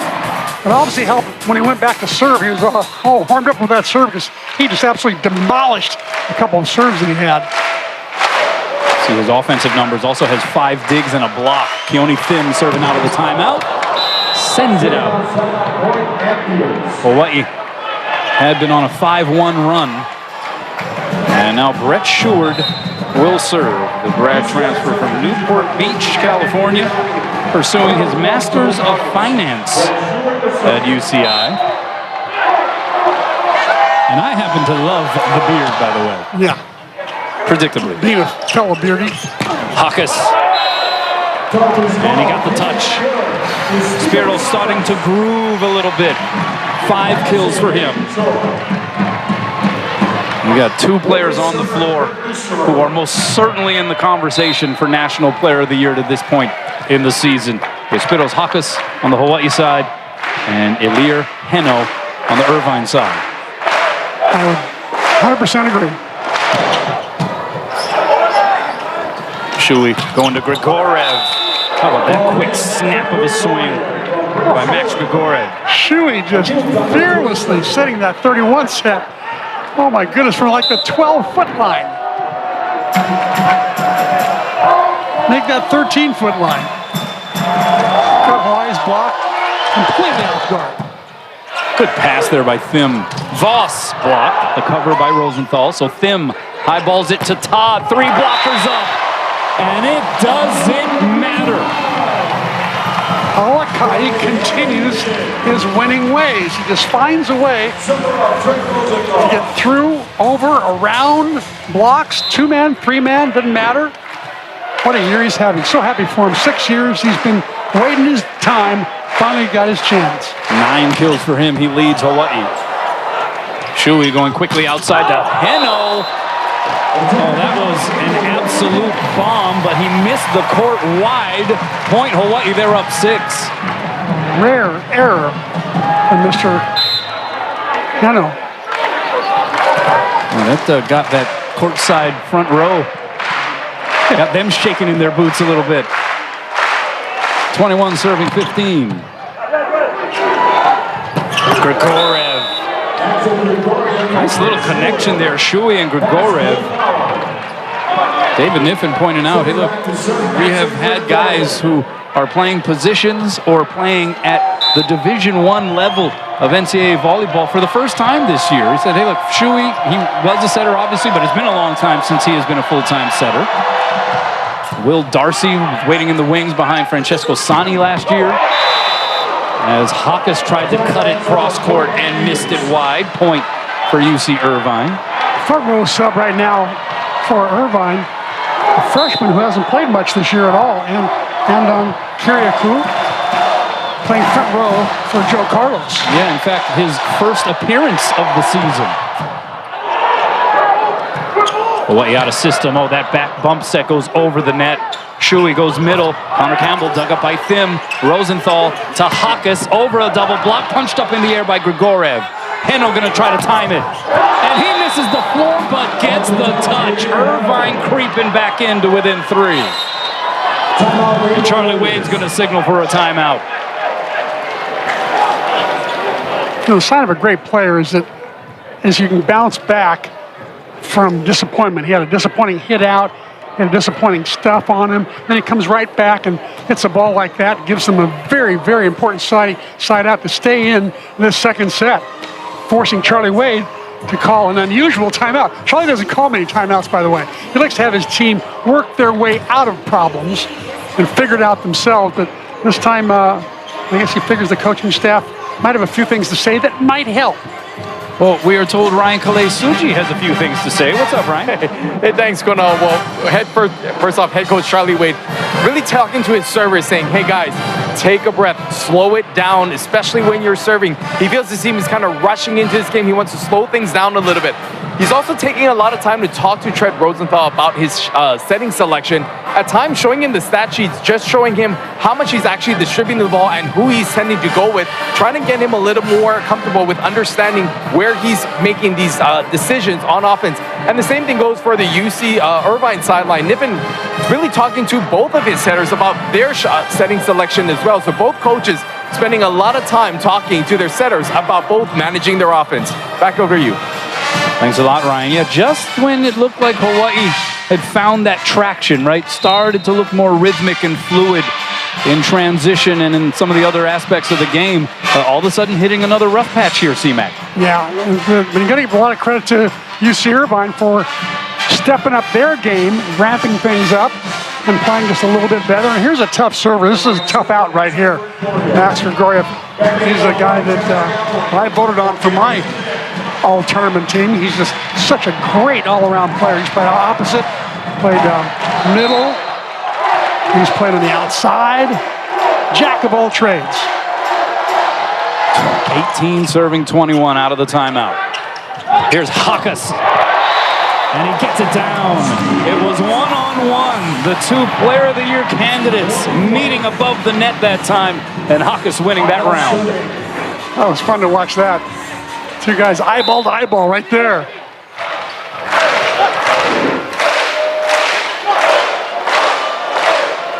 22 serving 18. Chakas made sure he got it in that time. Campbell! It returns to sender. Chaz Galloway reinserted back into the game. I think he was in on that block as well. Yeah, he jumped in there and helped out G. Voss. That's now 8 total team blocks for Hawaii in this match. Chakas putting a little extra chili pepper water on that serve. Here's Heno, and just right through the wall of hands put up by Hawaii. That was a pretty big block, too. 6'9" on Cody Todd, 6'7" G. Voss. They both, there's 3 blockers up. And Heno finds way to go high hands, deep. Knows just how high to hit it, too, to catch a finger or 2. And so here is Andon Kiriakou, 6'2" freshman from Ajax, Northwest Ontario. Also Davis Lau on the floor. So Punahou alum in his 5th year with the program. 19 serving 23. And Hawaii has a little ball here in the second. And look at this crowd standing up. C-Mac, I know you love that. Well, they're going to find some way to light a fire under this Rainbow Warrior team. The Warriors are going up against this unorthodox. Yeah, that's the kind of match it has felt like. Yeah. A bit disjointed. Hawaii trying to close the deal, though, here in set 2. Carlos backside. Heno, deep touch. Gets down, but a net violation is called against Irvine. And Hawaii takes set 2. And we are all square here in this championship match of the 28th Outrigger Invitational. Hawaii and Irvine, 3 versus 5. Big West versus Big West. It's 1-1 at the intermission.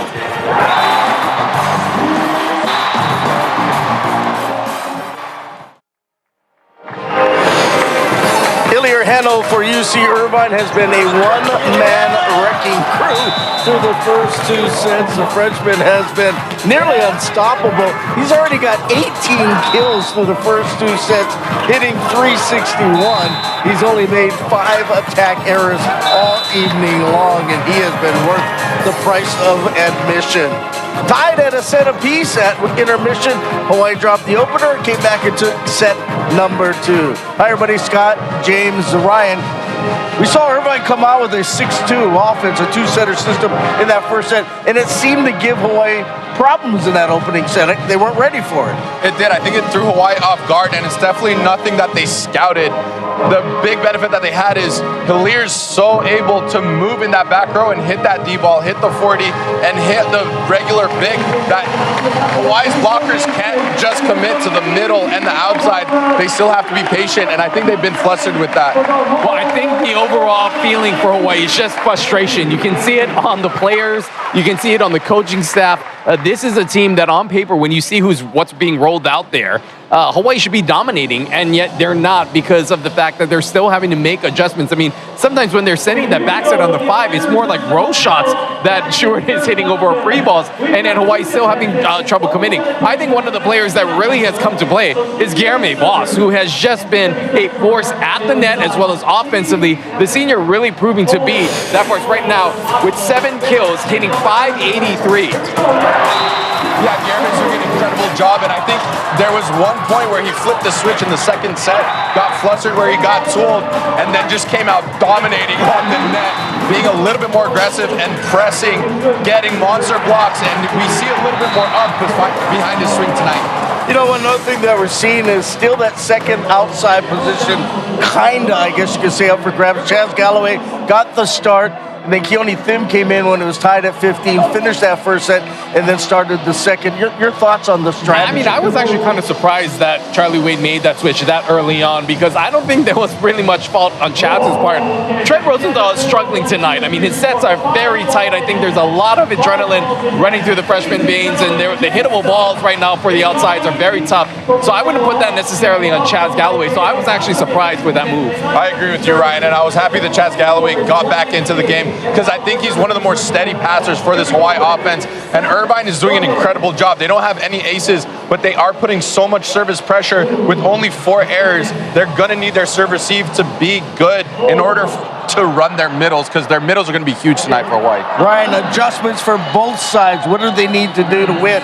Well, I just think someone else needs to turn it on for Irvine. I don't think Heno can carry this team all the way through. And for Hawaii, they've got to just calm down. I think they're trying too hard. There's frustration on there. They got to just try to make a better job with blocking assignments and being more aware of their hitters in front of them. Yeah, Hawaii's just going to have to play a little bit more clean and trust their offense like they have done all weekend. All right, sounds good. Hawaii, Irvine tied at a set apiece. We'll take a break, come back and have more from the corner. Welcome back here to the Pizza Hut match statistics. So what are you able to respond in that second set, C-Mac? Taking it 25-19. What story do the numbers tell? Well, the two biggest things that jump out for me is that Hawaii's dominating at the net with 8 blocks to 3. The other one is service aces. Hawaii with 2-0 for Irvine. But the biggest thing is that Hawaii's normally getting a lot more aces. They got 8 one night, 10 the other night in the first 2 nights of this tournament. So they're used to getting some easy points here and there. Tonight, Irvine's been passing the ball pretty well and keeping Hawaii from getting service aces. Do you agree with Ryan Kalei-Suji's assessment that Ilir Heno can't necessarily carry the load the full length of the match here? Irvine's going to have to get some offense on a consistent basis from some other source if they're going to win tonight. I would totally agree. He's absolutely right. He's hit the ball 36 times already. We know he can hit 60 times, but will it be as effective as it was on night number 1 last Thursday? He's had a tough week where he's hit a lot of balls. But of course, he's capable of doing it. He's shown that he can be durable. We'll find out soon. But I do think somebody's got to step up and help out. My guess is Connor Campbell will get a few more sets. Grigorov will get more sets, and clearly Tonga Tour, who's hitting 0.77 right now, will get some more sets. Set 3 underway. It's Chakas getting the first set on the Hawaii side. And he has found his groove here. 7 kills now for him. Had just the 1 kill in set 1. The Spyros step in game here since. Yeah, he only got 5 attempts in the first set. He got 10 in the second set. My guess in this third set, he'll be set as much as Rosenthal can get it to him. Speaking of Rosenthal, he serves. Middle set, Grigorev, swiping dig. Thereby Thim keeps the sequence alive. And then Thim gets airborne to try to fight off that Heno hit. But it ends up in Ilir Heno kill. Good effort there by Tread trying to chase down the second touch. Kill number 19 for Heno. Well, if you're just joining us, you see Irvine playing shorthanded. Will Darcy, their starting opposite, who was hitting 400, averaging 3.6 kills per set through this tournament. A late scratch due to an injury. They're also still without Nolan Flexen, dynamic outside hitter who has missed the last 9 matches. This is the 10th, in fact, that he's been out with an injury. Good recovery there by Chakas off the touch. Little joust above the tape. Cover there by Choi. Here's Chakas again, blocked back. Thim on the scene. Rosenthal going right back to Spyros. Roll shot off the block, and then it goes table tennis atop the net. Back on the Hawaii side. Here's Chakas. Blocked and roofed. Oh, man, what a rally. What great hustle by Connor Campbell there. He was there late, but even the late block sometimes is a good one. There's Campbell getting there late. You see that he closed the seam? Not easy to block Spyros Chakas. For Connor Campbell, hats off to you, man. That was a great hustle. Yeah, Chakas getting a multitude of tries there. It's a lot of vaulting on one sequence.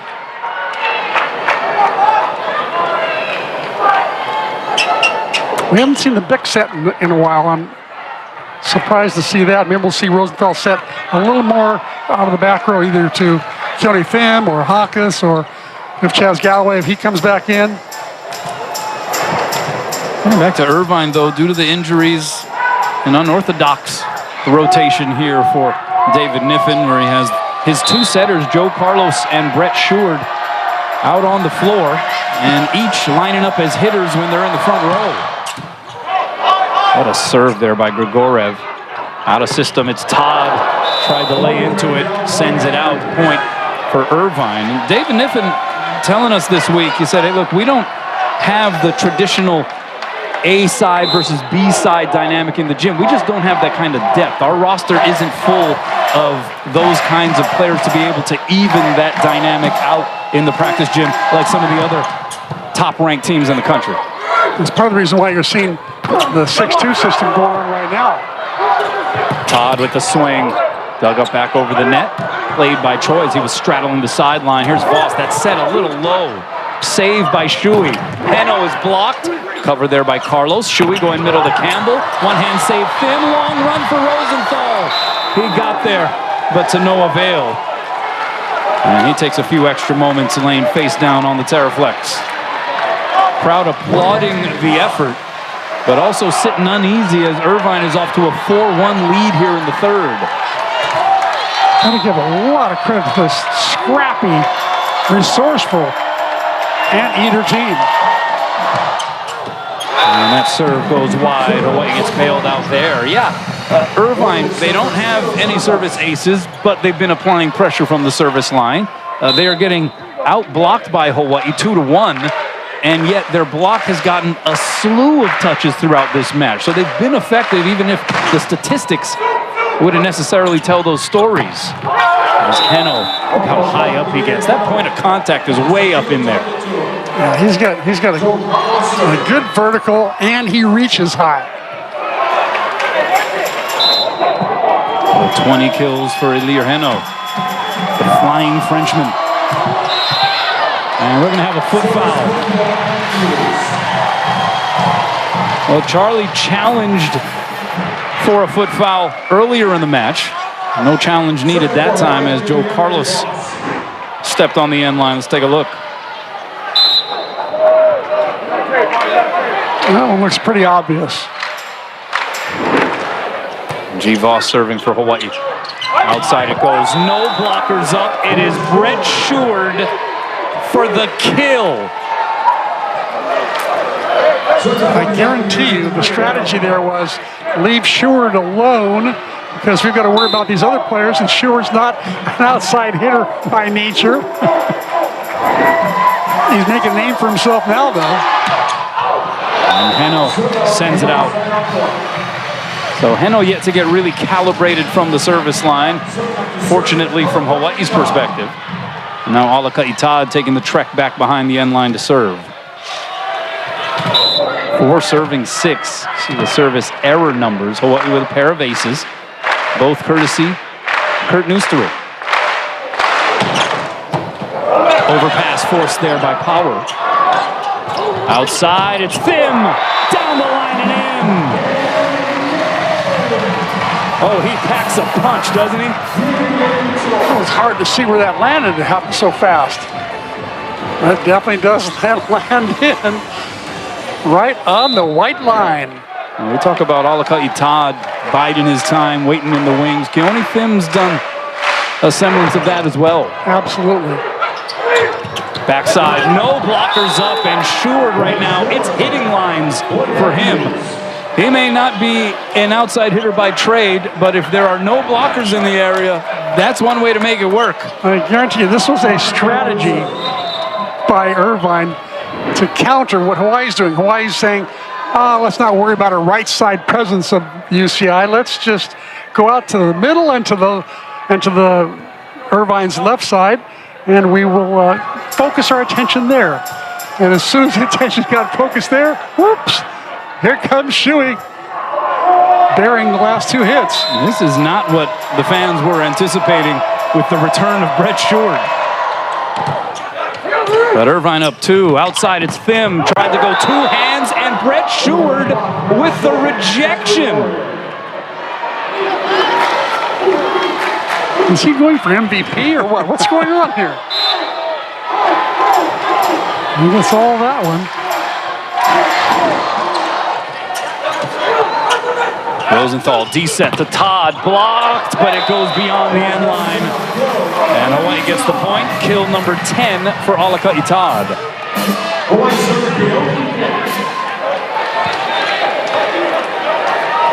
I think Ryan Shuji really expressed it well when he said there's frustration going on the Rainbow side of the court. Yeah, interesting moment there. You had Wayne Lee going over to the Irvine bench warning them to not creep onto the playing surface so far, and in fact was sort of coming to the defense of a fan sitting at the end of that front row as Keone Thim just fires a BB.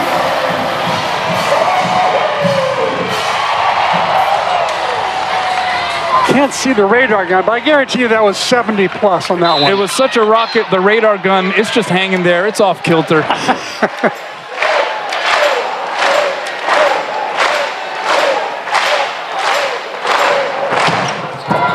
That was another speedy effort. Bump set, here's Shui. Saved by Choi. Outside, Chakas up the elevator shaft. And lowers the boom. Big Hero 6 with the Greek letters SP, Big Spyros 6. That's right, he's wearing jersey number 6. He used to wear it when he was a youth player. His dad wore it when he played. It's 8 even. Now here's a blast from the past. Alan Hackbarth entertained crowds for so many years, several years ago, and he still has the moves. He does. Oh my goodness. The rubber band man, as he was affectionately referred to.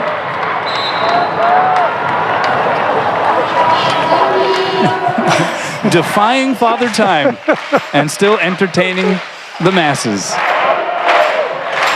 8 serving 8. Keone Thim out of the timeout, sends it across. Middle set, Grigoriev the tip. Good save there, Neusterer. Right back to Neusterer goes Rosenthal. Pinballed around on the Hawaii side. Rosenthal with the swing and the kill.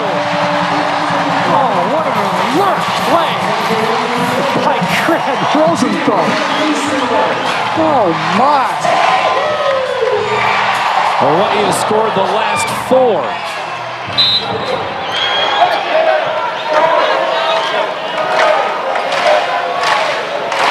Block just didn't even get time to get up. They were surprised by that.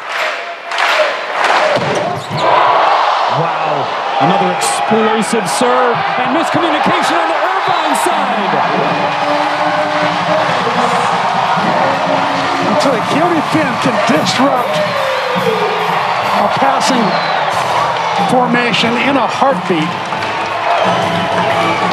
Grandpa Mike, Grandma Kool-Aid.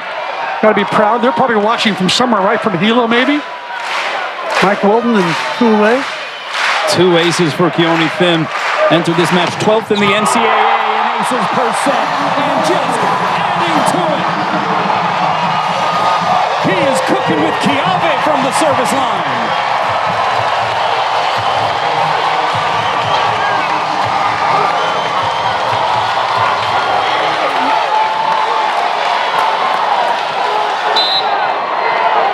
Well, David Niffen has already used one timeout. I think he's waiting for the media timeout to use the second one to cool off this hot server. 11 serving 8. Still dotting it from the service line. And then the block on Brett Short.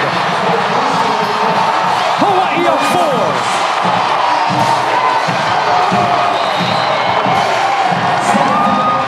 Timeout Anteaters. Keone Thim sparking the fans and his teammates. 7 straight points for Hawaii. Oh, Thim is him here tonight from the service line. Some seeds, C-Mac. Oh, man, he's just bringing the heat time after time. He's not getting an ace. He's forcing an overpass. I think right now, it looks like Irvine's still going to go with 3 passers. They've moved Shui back just a little bit. They got 3.5 passers now. I think you should have all 4 guys back there, but just my opinion. This guy has completely changed the vibe here in this 3rd set. Took a little something off that time. Carlos going outside, and it's an out hit there by Tangutur. No touch. Point for Hawaii, but David Niffen is immediately grabbing the challenge paddle. I think there was a touch. Kurt Neusterer, who was very honest in the first night of this tournament and admitted to a touch in that match against Lewis, mum's the word seemingly on the Hawaii side this time around. I want you to watch. Let's see. Hard to tell there. It would be Rosenthal who challenged that Tongutur. Yeah. He quickly ran into the huddle.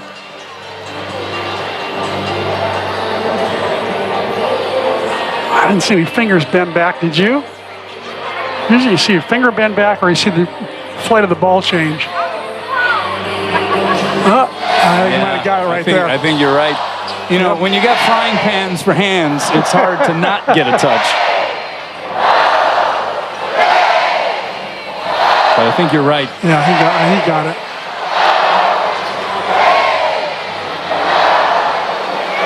Yeah, you can see his left ring finger and pinky. I think they both got bent back. But we have thought in past iterations that we have seen things that have not correlated with the ultimate conclusion sometimes on these replay challenges. Well, I watch your basketball calls. I notice you get pretty much 100% of the replays right. Well, in my mind, of course.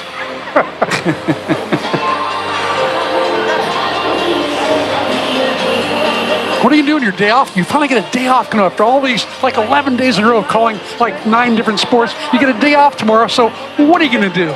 I'm going to the UH baseball game, baby. Early start time for the 4th and final game of the series with Rice, just after 2 p.m., the first pitch. So, yeah, I'll see you down there. I'll bring the beers. Oh, man, I can't believe you're going to the stadium on your day off. You're a true, loyal UH fan, that's for sure. Well, what about you? Hawaii volleyball going on the road, Long Beach State. As Hawaii starts Big West play, and they are going to reverse the call and call the touch. And so Tongutur gets the kill, Irvine gets the point. But how will you be taking in the Long Beach State matches next week? On TV. I'll be watching ESPN Plus, I think. They have it on. 9 serving 12. And there's Neusterer. It wasn't a clobbering, but he was able to put it in the right spot on the floor. I like that set, though. He's going a little bit of contraflow there, running toward that front left and back setting to Neusterer. Neusterer only had one guy up, and luckily Rosenthal set it high enough so Neusterer could go over the block. 13 serving 9. And that just drifts along. Neusterer thought he had it. Well, it was service error, number 7 on the night, same as Irvine. Hawaii with the 5 aces, all 5 aces coming from Neusterer and Keone Thim. 2 aces and 3 aces respectively. And now Akil Tongutur with the serve. Oh, he put some extra velo on it, and it's an ace. And don't look now, Irvine back within 2. The first ace of the night. Good run up, good top spin.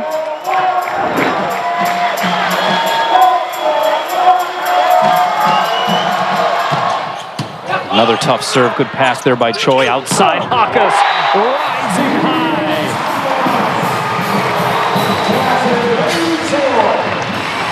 Bit of a mismatch out there with him going up against Joe Carlos on the outside. Now we have a substitution for Hawaii as Louis Sakonoko enters the match. And not as a serving sub here. He comes in for Alakai Todd. I think it's because Alakai's been struggling on the left. So this may just be a one rotation play here. We'll see. Rosenthal, the serve. It's a good one. Shui sends it to Grigorev off the fingertips of the block. The save by Thim. Rosenthal high balls it to Chakas. Oh, and he gets stuffed. And Chakas grimacing as he falls down to the floor. Sort of shaking out that hand. You see the wrapping around the wrist and thumb area on that right hand of Spyros Chakas. And he's grabbing at it. Looks like it's probably a bad sprain. He got up blocking at some point. I didn't see that on his thumb the last 2 nights, did you? Just appeared tonight, so he probably got it in practice. or maybe one of the matches, but he's definitely in pain, that's for sure. Grigorev in on that block. That's his fourth. Overpass is forced. Outside Heno. Oh, some high cheddar in the direction of Trent Rosenthal. And Heno, good bit of sportsmanship there, checking on the 17-year-old setter across the net. Yeah, that was classic. Great shot by Heno. Looked like he was going to go across court, and then he just twists and turns, goes down the line, catches Rosenthal off guard. Irvine serving to try to tie this third set. Overpass by Thim. Swiped around a little bit. Now Anteaters on the attack. Good punch-up save there by Thim. High ball set goes to Chakas. Diving save by Shui. Well done. Carlos cross court to Heno. Through the block and out.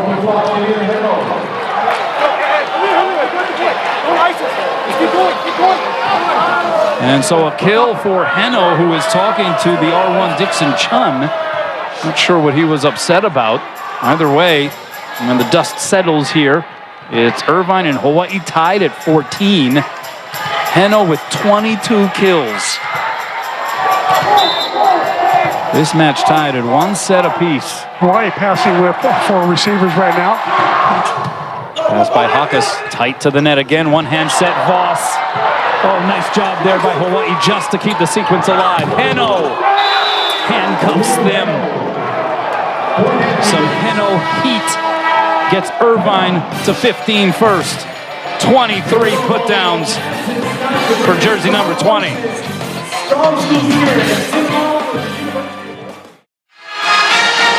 Well, moments ago it was Hawai'i up 4 when it was 13-9. Irvine now has scored 4 in a row. They lead 15-14 here. Pivotal set 3 in this Outrigger Invitational Championship match. Out of the timeout, Rosenthal going outside. Sakanoko unloads.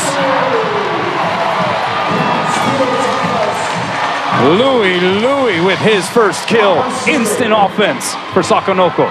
Oh, he loves being in there, going up against his fellow Frenchman, Hilaire Heno. They're kind of peeking at each other through the net. Middle set. Campbell denied by G-Voss.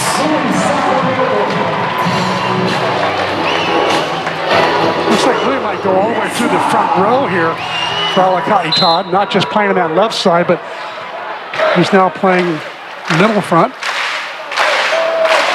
16 serving 15. Oh, and that one goes long, 71 miles an hour by Chakas.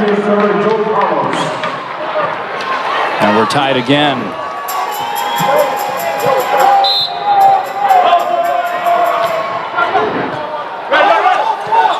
Rosenthal goes to Sakanoko on the opposite side. May have been an out ball played by Tangutur. Another kill for Louis. And Hawai'i up by 1. Charlie Wade going to the bench a couple of extra times here. Kai Taylor coming in as a serving sub.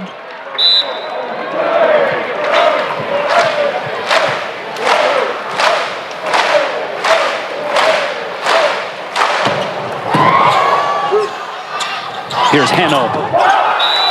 Just unstoppable. 24 kills now for Ilir Heno. Hitting well over 400. Yeah, 2 blockers up. The blocker was not well formed though. A little bit ragged. And it's Heno to serve. Serves it out. He has not found the calibration here this evening. Serve receivers breathe a sigh of relief. If they can get away with Heno just serving 1 time, they feel like they've won that battle.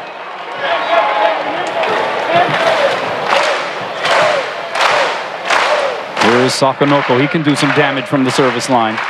The high toss. And it's an ace!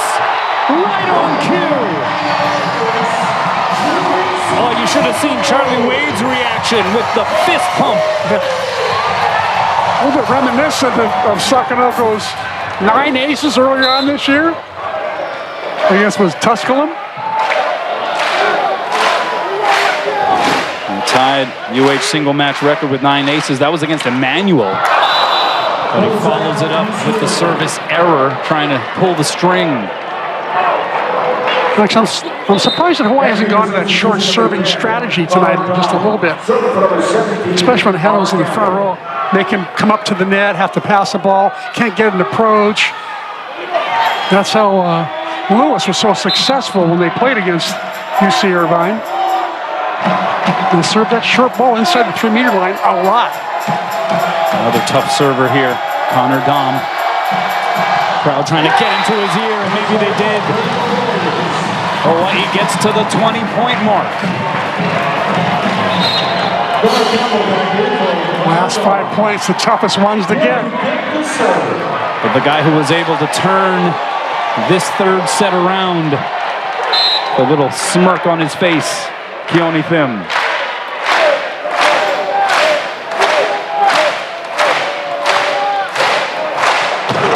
What a serve. Well, the set a little off the mark. Pinballed around. Tongutur gets a swing out of it and tools the block. Oh, it looked like Hawaii had the point, but Irvine able to scoop it off the Terraflex. And just simply give that point to Cole Power. He put up a magnificent pass off of another Keone Thim rocket. Meanwhile, Davis Lau back on the floor in place of Cole Power. Here's the D-set, Sakonoko roll shot. The save by Lau. Heno from the back row, dug up by Choi. Sakonoko lays out, made contact, but couldn't conjure up the save. And we are tied at 20.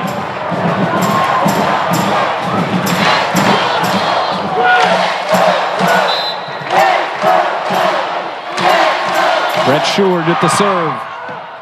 Two-hand pass there, Thim. Middle set, Nooster! Laying the smackdown. That's right. Picks up his 5th kill on 7 tries. Probably needs to be set a little bit more. That's meager compared to the 96 sets that have been set.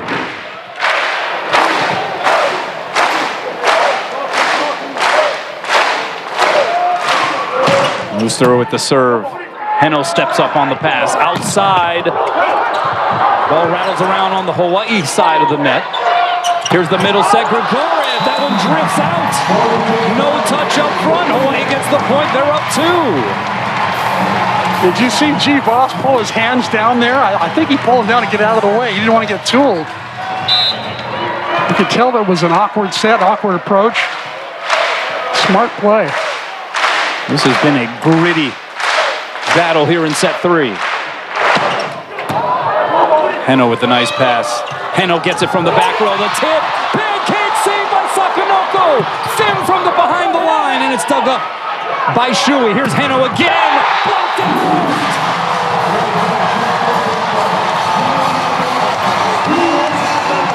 And unfortunately, I think David Nippon's going to pull out the challenge on the pancake by Sakonoko. Well, we'll take a look. It looked like he got it there. Placed the spatula right underneath, but will the replay confirm it? Oh, yeah. That's good.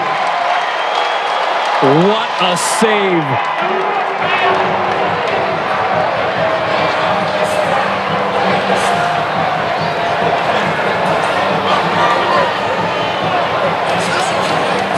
Yeah, I don't think this needs to be reviewed a lot by Wayne Lee. Pretty much every angle we've seen so far has been showing that Louis Sakonoko got his hand under there.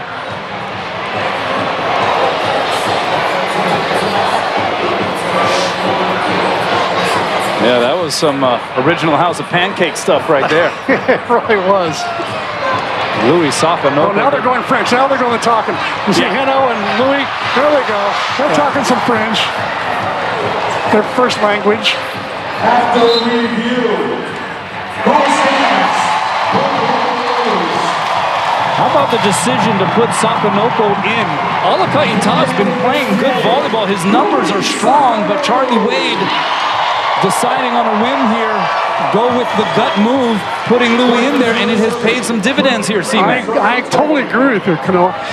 Alakaita, 10 kills. He's leading the way, more kills than any other rainbow, but he's hitting 214. That might be what's bothering Charlie, is that he had 28 swings more than anybody, but he's only hitting 214. So putting Sakanoko in, really a roll of the dice. Good gut move by Charlie, especially in this set, giving him some life.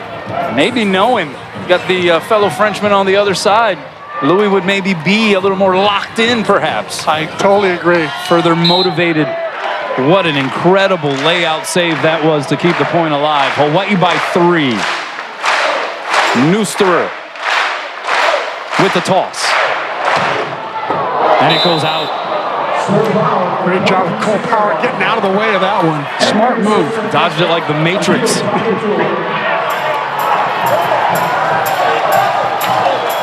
Tonguature's serve has caused some issues on the Hawaii side. Hawaii passing with four passers now. That's how much they respect this serve. And it goes out. And it's Aloha ball in the third. Through the turnstile tonight, 6,923, and they stand here for the set point here in the third frame. Rosenthal sends it out. They'll remain standing. It remains Aloha ball. And Grigorev is serving. It has been a gutsy performance by UC Irvine. Down a pair of their go-to hitters. They have given Hawaii all they can handle to this point. Pass by Chakas, pulls Rosenthal off the net. High and away to Louis! Oh my word! He chooses violence! Are you kidding me? Kanoa, maybe his best swing of the year. Hawaii takes set 3, 25-22. They're up 2-1 in the match. Here's the dream. Never stop. Inside, the numbers presented by Long's Drugs. The number is 10. Yes, the top 10 highest attended men's volleyball matches this season have all been played right here inside Simplify Arena at Stan Sheriff Center, including tonight, 6,923 through the turnstiles. Hey, look, it's Oscar night. This is the best show in town. This is a blockbuster matchup. And most certainly, Hawaii volleyball all season has been a smash hit. Speaking of smash hits, how about Louis Sakanoko? Well, as he brought it tonight. Service aces. Going over the block again. Pancake dig. Keep the rally alive, and the game ender. About as emphatic a game ender as you'll see, and there is some of the discussion, certainly in the French language, between Louis Sakanoko and Elir Heno. Look at they are. They're having a full-on conversation. And look at Jeremy and Spyros are getting a kick out of it too. Look at this. I guarantee you, though, it's not trash talk going on. They're very respectful of each other. Known each other for 10 years, as you said earlier. Played on junior national teams together. And a good vibe between these two programs, frankly. Oh, Nathan and Charlie Wade, their friendship goes deep, way back. Well, certainly, UC Irvine and Hawaii, always a competitive battle, always impassioned. You're right on when you say there is distinct respect. Speaking of pancake saves, how about that one by Eleu Choi? Here's Heno, and he got blocked. Stays with it. The swing by Grigorev, saved by Thim. Hawaii on the attack. Here's Chakas, roll shot, rejected by Grigorev. That's set by Rosenthal, little off the mark, C-Mac. Yeah, I wonder if it's the broken finger that he has. It's all taped up. I wonder if it's starting to affect his location, his touch. and saying that one got away from him completely. Went, instead of going to the 2-foot line, it went to like the 8-foot line. So 1 serving 0 here in set 4. Backside, it's Chakas. Block slowed it down. So Shui goes middle to Campbell. He's blocked.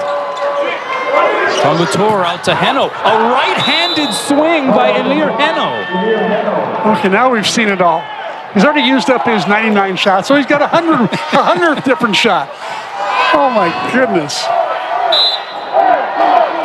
He's left-handed, and he just got it past a Hawaii triple block. Hitting with the right. Now he's just toying with all of us. Rosenthal keeps it on the Hawaii side. Sakonoko tried to touch it off the block. Heno, the quick reload. Blocked, the cover there by Campbell. Shui going right back to Heno, but it's tight to the net. Hawaii with an opportunity here. Here's Louis. Blocked back, the cover there by Choi. Voss. A little pitter-patter above the tape. Louis loads up. Goes off the block and into the pin. Point for Hawaii. We have a pretty good vantage point from here, C-Mac, and it looked like Sakonoko went off the hands of Carlos and into the antenna. Correct. I think that's going to be the call, but if he might use his challenge. We'll see.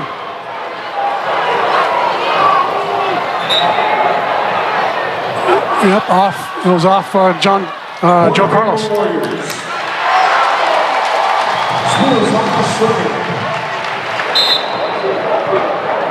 Pretty savvy maneuver there by Sakonoko, who now has 4 kills, no errors, 1 serving 2, and Chakas almost caught his freshman teammate in the back of the dome there. So much of Hawaii's success reliant on their effectiveness or lack thereof from the service line. Voss, the behind the head set there, Rosenthal, it's sent back over the net. Rosenthal going outside, here's Thim, and he does a Louis Sakonoko-like maneuver.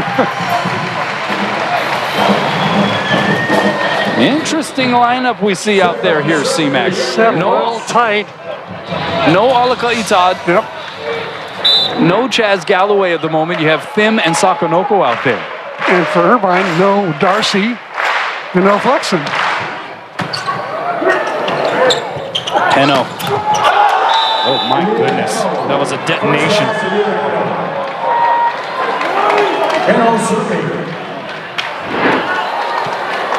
Good set from Joe Carlos.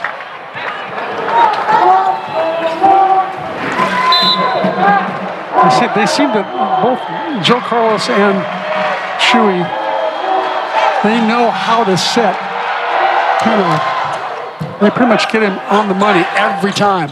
Back row, Chakas. Missed it wide. Oh, he had the floor available. Chakas with his 6th hitting error. Not having the typical Spyros kind of night. And a good pass here. I think I'd go back to him right away. He's hitting 111. Here's Ilir Heno. Already 2 off of his career high in kills.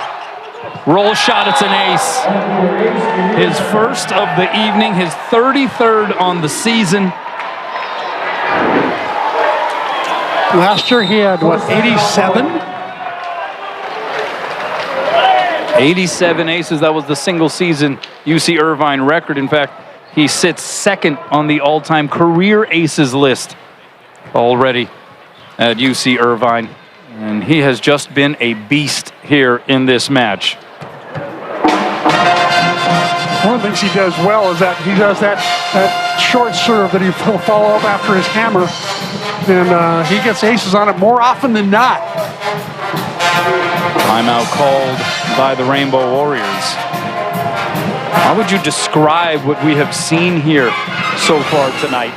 Obviously, Ilir Heno has been carrying the load for the Anteaters, but just overall on both sides of the net, how do you start to summarize?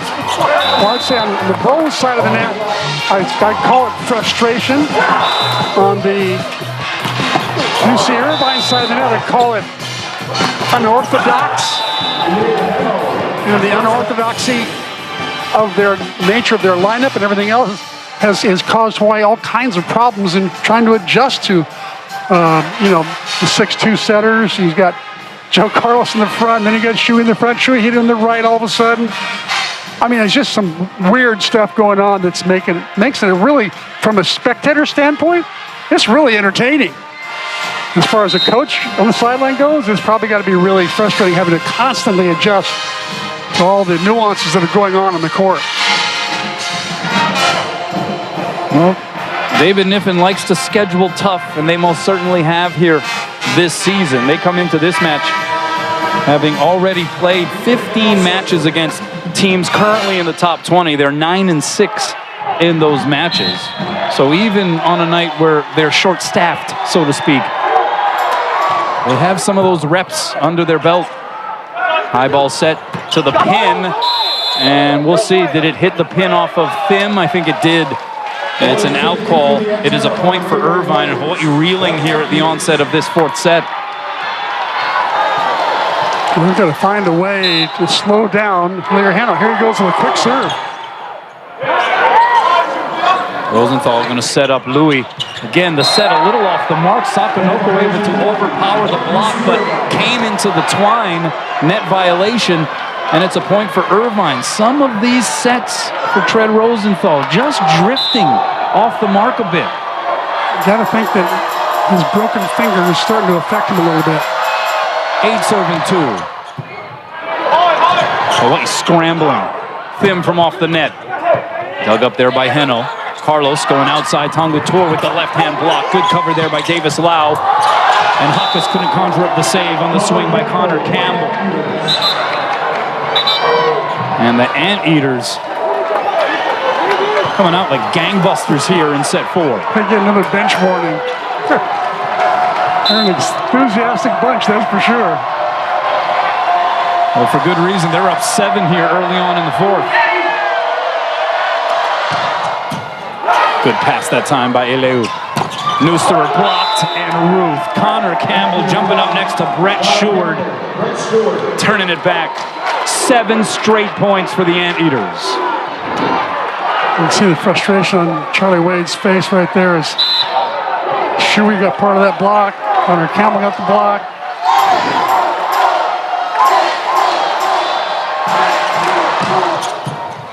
Oh, that's an overpass. Tongu Tor knows what to do with it.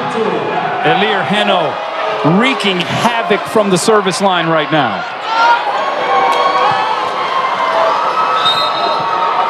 They could use up another timeout. Slow down Heno. Charlie Wade going to bring Alaka'i Todd back in. Another way to slow things down a little bit.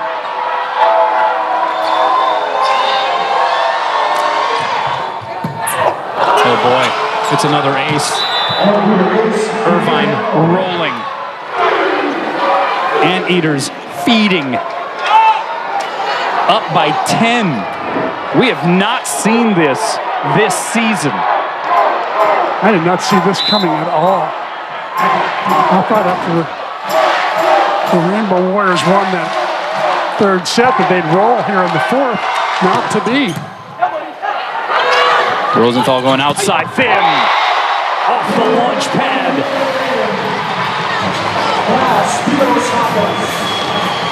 And it's Keone Thim retreating back to serve. He was able to change the complexion in that third frame from the service line.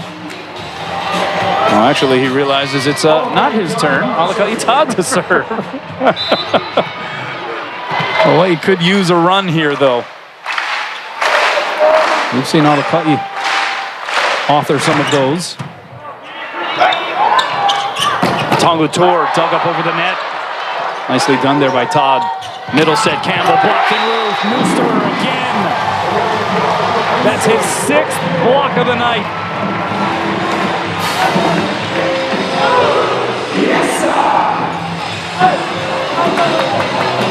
Kurt Neuster putting together a pretty complete game tonight. Got 2 aces, got 6 blocks, 5 kills, no errors. Well, there's an overpass. Neuster make it 6 kills.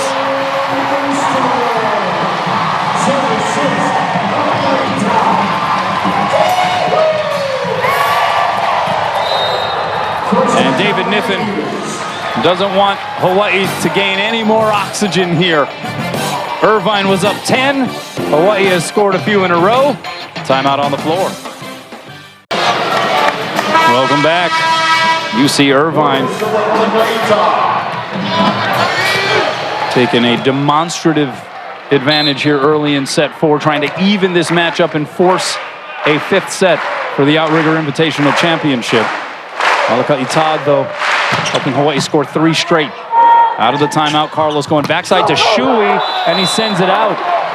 No touch, but an odd decision perhaps by Joe Carlos going to his fellow setter, Brett Sheward. I think it was a logical one because they're up by 7. If ever they're going to set Shui, that's the time to set him when they're up by 7. But I think that might be the last set Shui. We'll see for a while. 4 straight points for Hawaii. Carlos now going outside. Tangu Tur dug up by Chakas. Eleu Choi going to set up Thim from off the net. And he sends it out, no touch.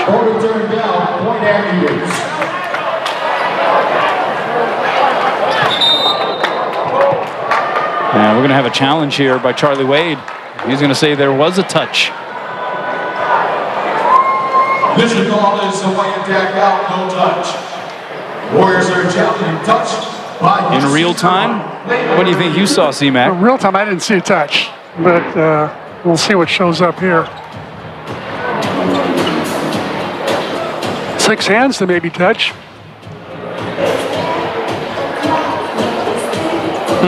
Oh, that's really tough to tell.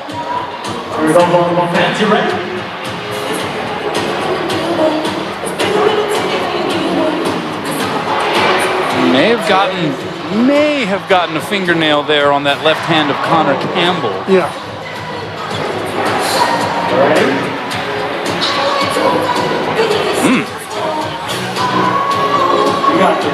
Your guess is as good as mine. Yeah, that's a tough one.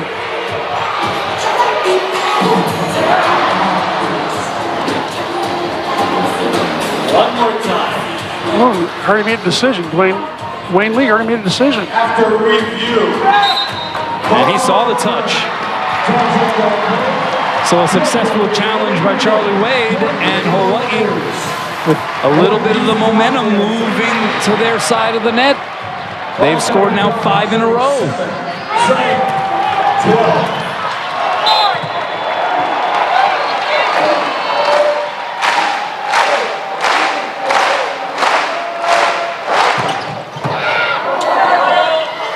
Joe Carlos, high ball set to Tonga Tour, roll shot, diving save, Choi, that was pretty.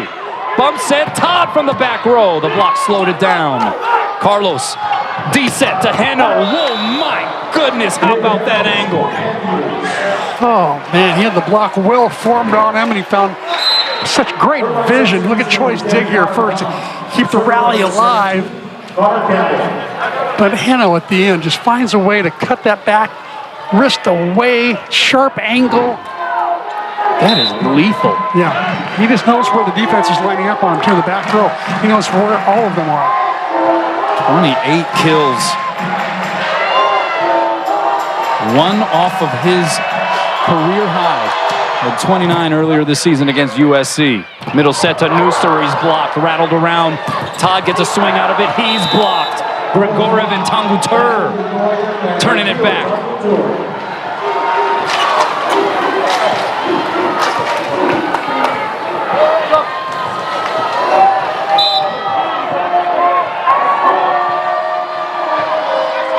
David Niffen telling us, hey, look, if we are on in our serving and passing game, we can play with anybody. They have been proving that this evening. That serve goes long, however.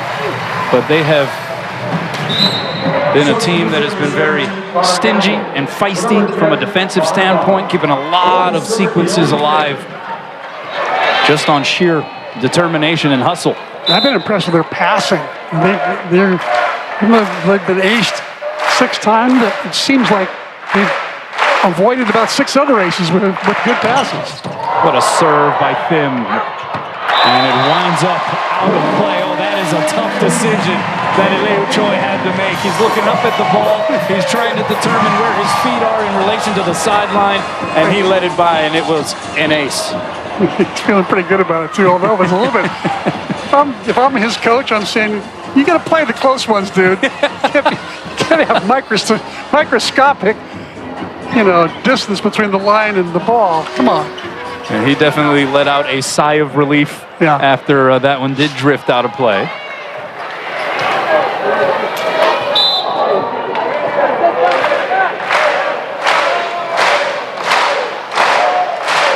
Nine serving 14.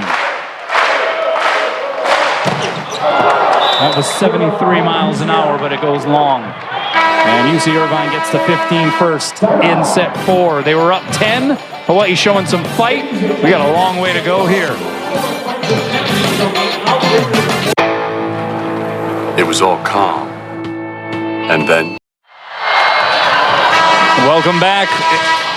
Hawaii up 2-1 here on UC Irvine. This 3 versus 5 matchup. This championship match, effectively, for the Outrigger Invitational title. But it's Irvine up 15-9 here in the 4th. Brett Sheward, the familiar face, in his return to the islands with the serve. Chakas trying to touch it off the block. Saved by Shui. Here's Tongu Tur, hop, skipping, and jumping on the approach. Quick reload, goes off the hands. Punched out of the net area by Carlos. Tongu Tur dug up by Choi over the net and out of play. Akil Tongu Tur is taking some very confident hacks here at this juncture of the match. He's a gamer, I'm telling you. He's really good. Great all-around player. But, the fact that he's hitting the ball as hard as he is right now, good sign for Irvine the rest of the year. And that's set a little off the net there for Chakas. Grigoriev trying to go with the left hand, and it works. Everything seems to be working right now for UC Irvine. Hawaii hitting negative .050 this set. They lead the country in kill percentage.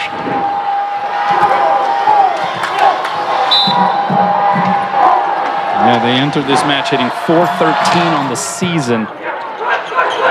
Outside, it's Chakas, blasts it off the hands, but Irvine keeps it alive. Carlos D-set to Heno through the block, saved by Todd. Outside, Chakas. It's pinballed around on the Irvine side, and they are scrambling right now.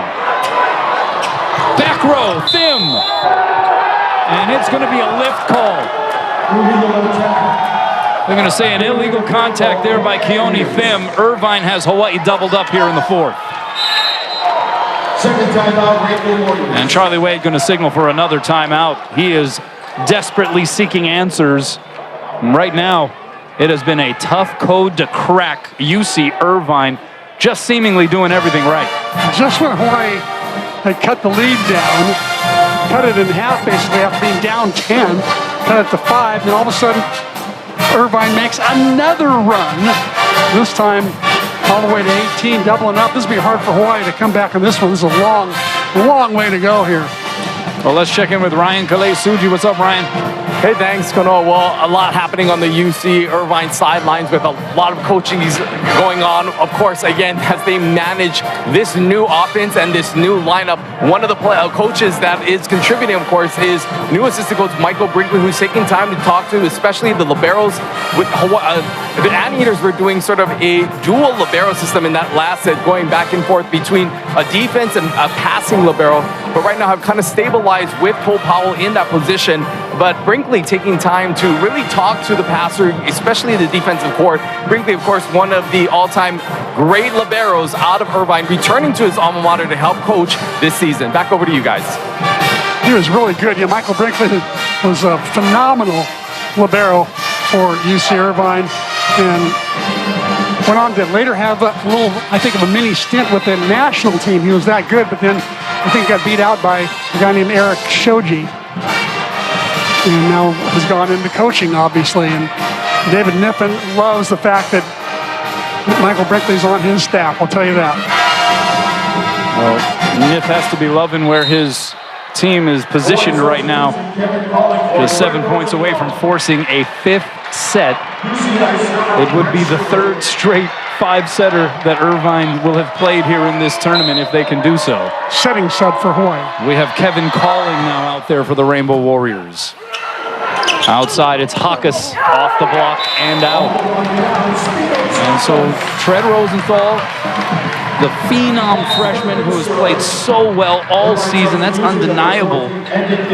But seemingly just a little off his game here, certainly with regard to location tonight. I think part of it's got to do with his broken finger. Got to have some effect on his touch, I would think. 10 serving 18. Tonga Tour going to two-hand it over. Free chance here for Hawaii. Calling goes to Todd. And he ignites that one. Well, pretty good luxury there, Charlie Wade. If he does feel like a change is necessary at the setter position, let's go to a guy who was an AVCA All-American 3 times over at his previous stop at Lewis. Amazing. Probably the best backup setter in the country. With all due respect to all the others, I'm not sure I know all of the others, but he would definitely be up there on the list. Yeah. 11 serving 18. Shui going middle. Grigorev tears into it.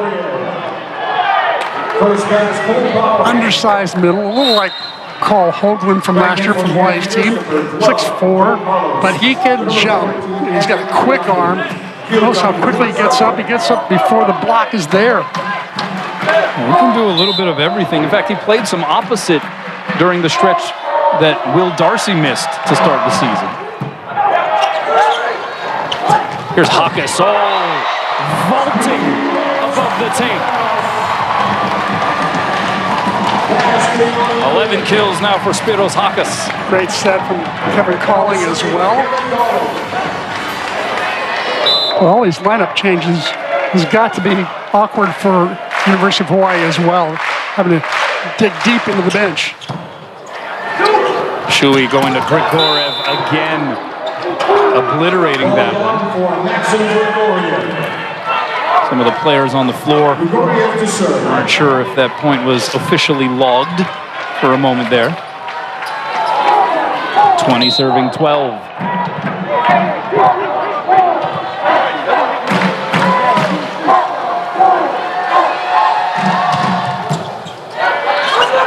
Calling. Going to Chakas. He knows where his bread is buttered. And it's Spyros Chakas with 12 kills now to lead the Rainbow Warriors. Four hands up. Spyros finds a way to get around.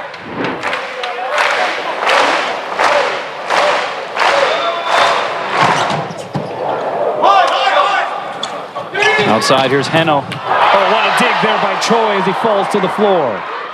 From the back row, Chakas makes it work again.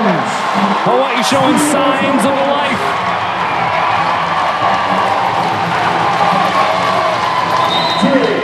A challenge. Choi with a great dig to keep the rally alive, but at the end of this rally, David Niffin's going to say that Spyros Chakas was over the line, but I don't think it was even close. So challenging a net violation somewhere. Oh, a net violation. Along the line there in that sequence. Busy night for Wayne Lee. Yeah. Getting very well acquainted with the DV Replay sports 2.0. Yeah. See a touch here somewhere. No touch there. And maybe the torso or the jersey of one of the Hawaii players coming down, because you did see the net shake a little bit. Yeah, and that time, Connor Campbell was quick to point it out. He's the closest guy there. Yeah. He's better than a replay. He actually was like 3 feet away and saw it. That's why Niffin is using up his challenge on this. He trusts Connor Campbell's judgment, obviously.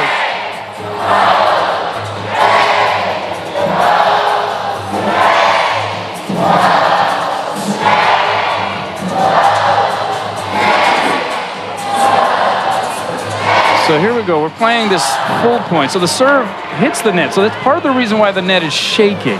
But let's see here. So Hawaii goes up for that block. Was there a little more contact there at the end? Hard to tell. And the call will stand.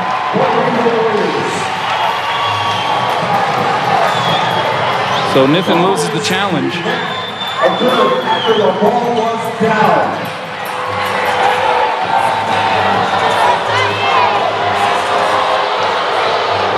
Spyros Chakas getting a little impatient behind the service line. He's gesturing that David Niffen needs to stop this conversation so they can continue play. Listen, Chun, the top guy really is the one who should tell Wayne Lee, cut the conversation, play ball. So no challenges left for David Niffen unless we go to a fifth. They get an extra one. Hawaii still with 2 in its pocket. That one pops straight up in the air. Shui going middle to Campbell. Diving save calling. It's Choi going to Todd. High hands. Shui punches it in the air. Tangutur, what a layout save. Power will send it over the net. Advantage Hawaii. Can they catch it in? Calling to Thim. He couldn't get it down. Carlos chasing down the set. Taheno hits the pin. Hawaii gets the point. They're within a handful here in the fourth. Heno getting a little frustrated. The set was a little wide. Even he couldn't manufacture a kill out of that one. And now Anteaters signaling for a timeout. We'll keep things here. It looked like Hawaii was down in the dumps here in this fourth set. They were down by 10 points. It was 12-2, but they haven't decided to cash in yet their chips and just take it to a fifth. They are still fighting here. They really are. It's giving Kevin Calling some quality time with this particular lineup, which I think is a good thing. If you look at the big picture of the whole season, for him to get more time, I think, is valuable. But for them to now cut the lead in half again, can they sustain this one? We'll see. All right, let's send it back over to Ryan. Well, talking about Kevin Calling, head coach Charlie Way taking time to talk to the setter. Of course, just been inserted, trying to update him on what the game plan is for stopping UC Irvine. But one of the players that is cheering extremely loud, I will say, for Kevin Calling is Shred Rosenthal, jumping off the bench, exhorting the senior, giving him praise for the way that he's been setting these last few moments. The relationship between the senior and the freshman is one that is described as a very older brother-like situation. Shred Rosenthal said he looks up to Kevin Calling and is thankful to have this senior leadership really playing out here in this fourth set. Back over to you guys. Thanks a lot, Ryan. Obviously, C-Mac, both of these guys have proven that they can play the position. How do they differ, though, when one is out there versus the other? That's a good point. I would say that Calling is a pretty conservative setter, and he sets a very hittable ball every time. Shred has been struggling because of his hand. The sets are kind of going too tight and they're too off the net. So I think the difference is that the hitters know now that they're going to be set the ball in the right place all the time. 15 serving 20 out of the timeout. Chakas, it's a good serve. Great pass by Tangutur outside Heno, and he two-hands it through the block as he so often does. Another one of his unorthodox shots. That's his 29th kill. That matches his career high.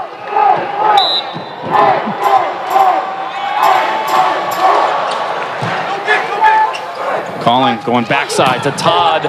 Rips it through the hands. Good effort there by Carlos. But Todd gets the kill. That's his 12th put down. The two setters meeting up there as Shui helps Carlos back to his feet. Joe Carlos, an interesting story. Spent 2 seasons at Pepperdine before heading to UC Irvine. And the guy who was the incumbent setter. And had a conversation with David Niffen about the idea of Brett Stewart joining the program as Heno gets kill number 30. But David Niffen, to his credit, he said, hey, look, I wanted to make sure that Joe Carlos was on board with it. And after giving him a night to think about it, Joe Carlos said, hey, look, we need to get him. That's what would be best for the team. What a great team player. You gotta love it. Every coach wants to have like 6 Joe Carloses on their team. Chakas Gonna set Todd. 3 blockers waiting for him. Rattled around. Free ball coming over the net. Calling with the first touch. So the set goes outside the Thim. Off the hands. Heno the save. Carlos going to Elir on the D set. And he can just, from anywhere on the floor, hit just about any angle imaginable. And he passed that ball from back middle and called for a set on the back right. He just seems to be getting stronger. He's not getting weaker as the night goes on. He's getting stronger. I mean, he's drifting to his right.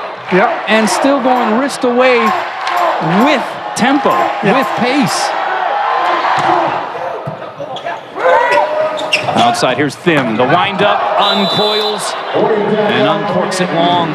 And it's aloha ball for Irvine here in the 4th. A 5th set seems imminent.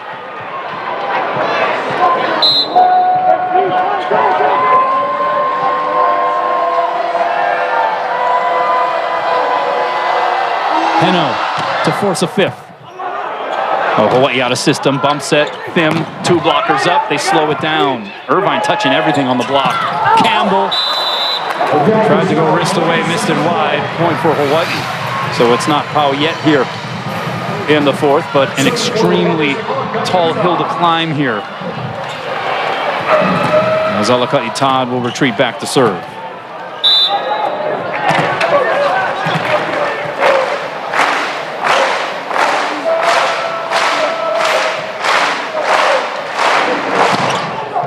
Todd loops it over. Carlos going to Heno. The tip drops. Elir Heno. He has been superhuman. 32 kills, hitting well over 400.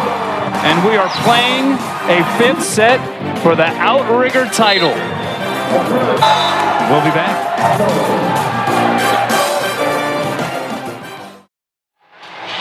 Well, fans getting their money's worth here as we are surpassing, or at least creeping, across the 3-hour mark here in this Outrigger Invitational Championship match. Some of the cell phone lights illuminating here as they play Journey over the loudspeaker. Don't stop believing. UC Irvine has certainly lived up to that mantra, and Hawaii going to try to turn things around here in the 5th. It is the 2nd time this season Hawaii is playing a 5-setter. Their first 5-setter was the 2nd match of the year. They lost to Loyola Chicago in 5. Hawaii has not lost a match since. They've won 15 in a row. For UC Irvine, much more experience in 5-setters. They've played 5 of them. They are 2-3 in 5-set matches. And I think that the real question here, Kanoa, is that Charlie's got some tough decisions to make here as far as his lineup goes. Does he go back to Galloway, his original left-sider in the first set? Does he go back to Tread Rosenthal, his original setter, or does he stick with Collin? Does he go with Sakanoko instead of Alaka'i Todd? He's got a lot of decisions to make, and clearly the advantage is to, as far as momentum is concerned, is in UC Irvine's corner right now. They've got the Rainbow Warriors befuddled in their unorthodox style of play, and a guy named Elir. Yeah, who's got 32 kills, a career high. Ryan may have more info. What's up, Ryan? Hey, thanks. Well, during that break, head coach Charlie Wade taking a lot of time to talk to Tread Rosenthal, who is starting in this 5th set. He said, hey, just air it out, calm it down. And he looked over at Spyros and he said, this is the guy that we want to set. So look for Tread Rosenthal to hopefully settle down, and a lot of balls will be going to Spyros here in this 5th set. Back over to you guys. So here we go. The Outrigger Invitational never disappoints, with the exception of Hawaii's first 2 matches in the tourney, where they swept Lewis and swept #1 GCU. Every match in this Invitational has gone 5 sets. Best preseason tournament in the country. It is akin to a Final Four or a Big West Conference tournament type of setting. Some elite level volleyball. Alaka'i Todd on the floor. Keone Thim back to serve. 1 set for the Outrigger title. Pass by Power is a beauty. Middle set, Grigoriev dug up by Thim. Rosenthal sets outside to Chakas, and he gets it home. Boy, Spyros was in a little early, had to back up and do a standing jump there. Shaking his head like, what is going on? He's got 14 kills. He's hitting 222, go along with 7 digs and 3 blocks. 1 serving 0. Thim, wow. How about that pass by Power? Outside, Ilir gets blocked. Oh, a little scramble play and miscommunication between Power and Shui. Drops to the floor. Hawaii gets the point. How about Thim just serving up a bullet and Power just pops it right up. Twice. Cole Power is something fierce. Yeah, he's really good player. 2 serving 0 here in the 5th.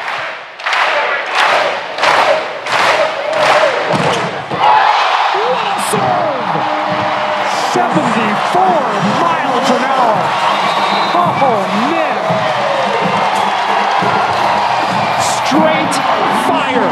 Keone Thim. 3-0 in the 5th. Timeout Irvine.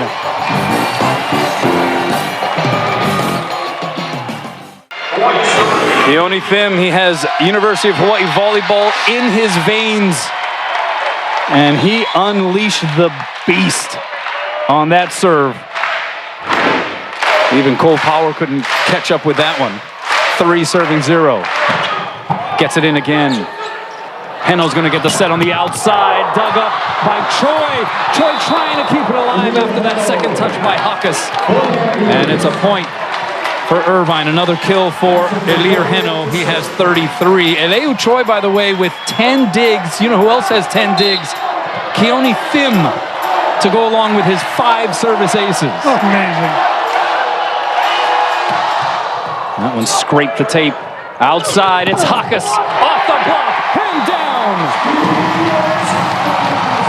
Great pass by Keone Thim. Ken Rosenthal put up a nice hittable ball for Spyros Chakas, and Chakas did the rest. Hawaii hitting only .081 in the 4th set. One of the reasons why they lost. You see Irvine hitting 300. Kurt Neusterer, 4 serving 1. Schuer going high and away to Heno, blocked, got his own cover. From behind the line, Heno, off the block. A standing vert jump swing that didn't look like he put much on it at all, still results in a kill. He just got the magical hand tonight. Can rarely do anything wrong. He's only got a couple there. Oh, but an out serve by Joe Carlos. And a free point in the 5th for Hawaii. You cannot give up 3 points in a set 5. Now Tread Rosenthal, replaced in that 4th set, but brought back out here for the 5th. Gets the serve in. Carlos going quick middle to Campbell. It was a bit of a side swipe swing, but still got it down. And now Ilir Heno will serve for Irvine. This is one guy where if he got an ace right away, I'd call timeout immediately to slow him down, his momentum, his rhythm.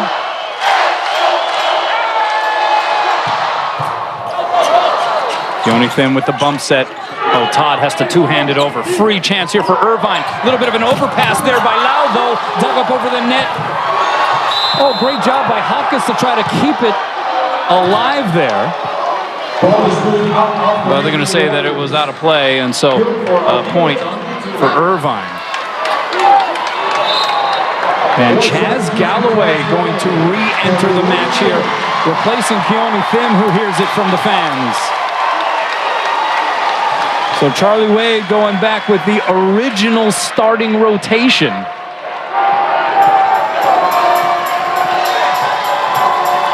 Four serving 5 in the 5th.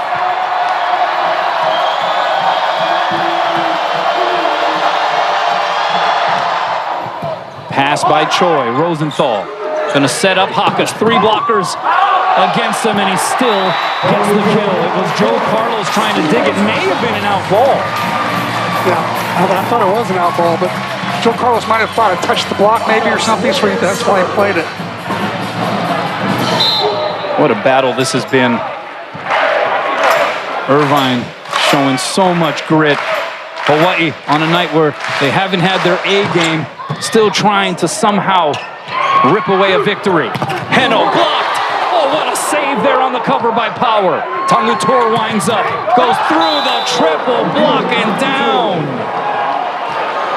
Well, you see Irvine's really battling. Well, let's take a look at Power's save first. That keeps the rally alive. And Tangutor finishes it, but they've really been effective at just going up and like tooling the block and just working it. Block, even though Hawaii's block has been fairly effective tonight. They have more blocks than UC Irvine, but they have a lot of blocks that slipped through. Yeah, 13 blocks for Hawaii compared to 9 for the Anteaters. Dom to serve into the net. And Hawaii up 2. Remember, these two teams met up in the Big West Tournament Championship match last year. Hawaii won 3-1. Hawaii had a season-best 17 blocks in that match. And while they put up some good blocking numbers tonight overall, you're right, C-Mac, Irvine's been able to still squeak past it a number of occasions. How about the set to Shuey with in-system and Brett Sheward with a little extra pepper on it. Oh, it was pretty gutsy by Joe Carlos there. But he knew that Shuey would have only 1 blocker up because all the tension's being paid to the middle. That one just rolled over the tape. That set goes over the net. But Todd able to catch it before it went across. At least that's the initial call. And I think David Niffen, who gets an extra challenge here because of the 5th set, is considering doing so. But maybe he won't. The team's now swapping sides. It looked like for a second there, Niffen was reaching for the challenge paddle. Again, each team getting an extra challenge here in set 5, but instead, they're swapping ends. It's 8-6 Hawaii. Once again, that set a little tight to where it had to be dumped over. It was a 50-50 right ball around the net. Tred's got to keep those balls a little bit further off the net, give the hitters some space to swing. Yeah, Todd just able to, in the eyes of the officials, get it before it crossed over. And now Andon Kiriakou comes into the match replacing Joe Carlos, so a more traditional pin hitter now on the floor here for Irvine. And Brett Sheward remains as the setter. It is 8-6. Alaka'i Todd to serve. A marathon match here to finish out the outrigger. Heno, that pass goes over the net and out. It's an ace for Alaka'i.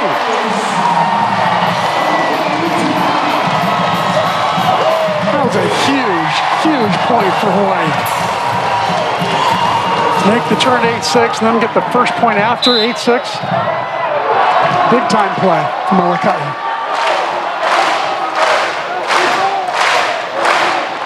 Nine serving 6. Alaka'i taking a little something off that time. Grigorev blocked and roofed. Nusterer with a little extra through the net.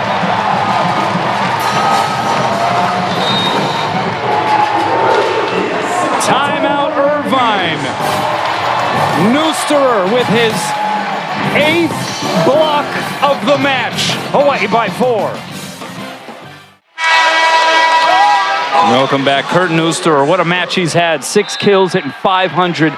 Just got his 8th block to put Hawaii up 4 here in set 5. Todd out of the timeout. Shuey going quick middle. Grigorev is blocked. And it's going to be a roof. It's Nusterer again, jumping up next to Rosenthal. Who would have thought Nusterer's blocking would turn this 5th set around? Kurt Nusterer and Rosenthal impenetrable as Hawaii has scored 4 in a row. They're up a handful here in set 5. Another hot serve that time by Todd. And a hot swing by Kiriakou. My goodness, making his first appearance of the season. And quite the introduction right there. From Ajax, Northwest Ontario, Canada. A little glimpse at the future of UC Irvine volleyball, perhaps, as he heads back to the bench. That was a great swing by him. Tongutur to serve. Pass by Choi. Rosenthal has to chase it down. It's Todd. 3 blockers waiting, and he sends it out. Was there a touch? No touch. 8 serving 11 in the 5th. And Charlie Wade going to signal for a timeout.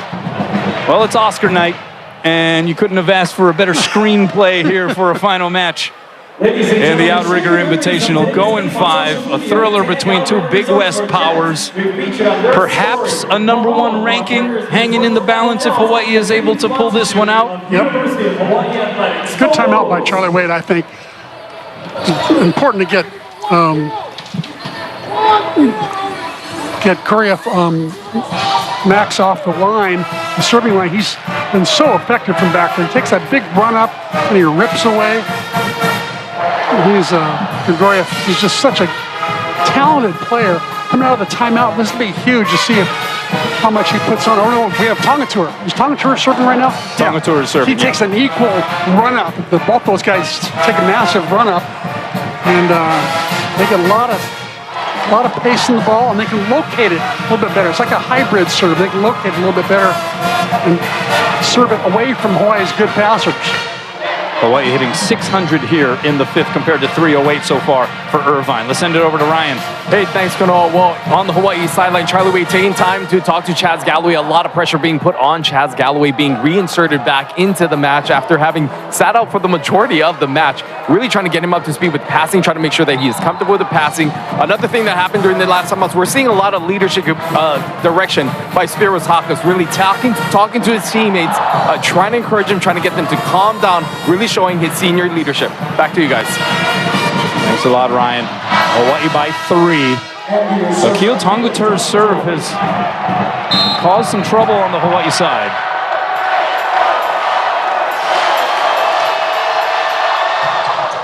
That one scrapes the tape. Rosenthal going back row. Chakas! Delivers! Didn't you say that that Rosenthal got instructions from Charlie to serve, to set this guy a lot? Pretty smart coaching, Charlie. Keep setting Chakas. And now Keone Phim brought back in to serve here for Hawaii. 12 serving 8.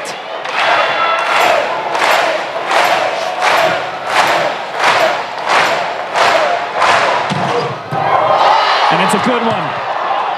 A freebie. Oh, as that one was an out ball played by Phim. That was way out. Give Grigoriev credit for just trying to force Hawaii into a decision there. He's got so much adrenaline pumping, though. I'm not sure. He was just going to take any ball wherever it is in the court. Now Grigoriev with the serve into the string, and Hawaii back up 4. And it's Kurt Neusterer. It's been a Neusterer kind of night here in Mānoa.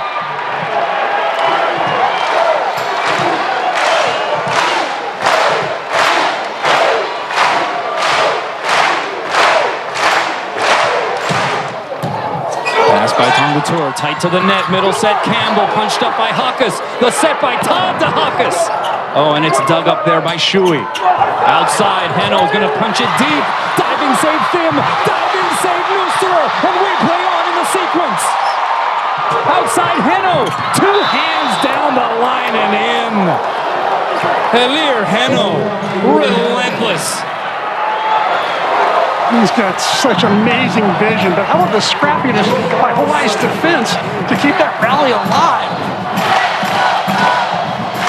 And one dive there from Phim, another dive there from Neusterer. Hawaii still by 3, and Trent Rosenthal catching him off guard. The fresh setter with a big-time ad-lib. First time he's been offensive tonight. That should give him some confidence going back to the serving line. And just under 7,000 rise. Aloha ball for the match. And for the Outrigger Invitational title. Carlos going backside. Heno. Oh, he is a mutant. 36 kills for this guy. Amazing. Now he goes back to serving. He's maybe a better server than he is an attacker. Hawaii better be careful here. Perhaps the most unique player in all of college volleyball, Elir Heno. 11 serving 13. It's still Aloha ball. Down the line, the pass by Chakas. Rosenthal back to Spyros. Blocked and roofed. And Spyros goes down. And he's clutching at his left knee.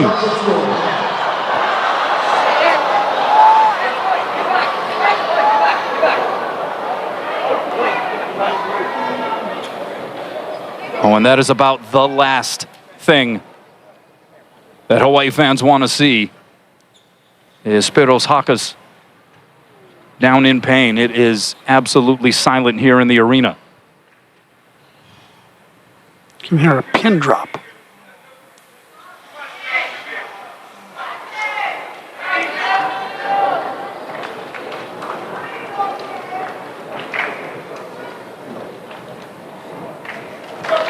Spyros being helped up, unable to put weight on that left leg. He was clutching at the knee. We are going to show the replay.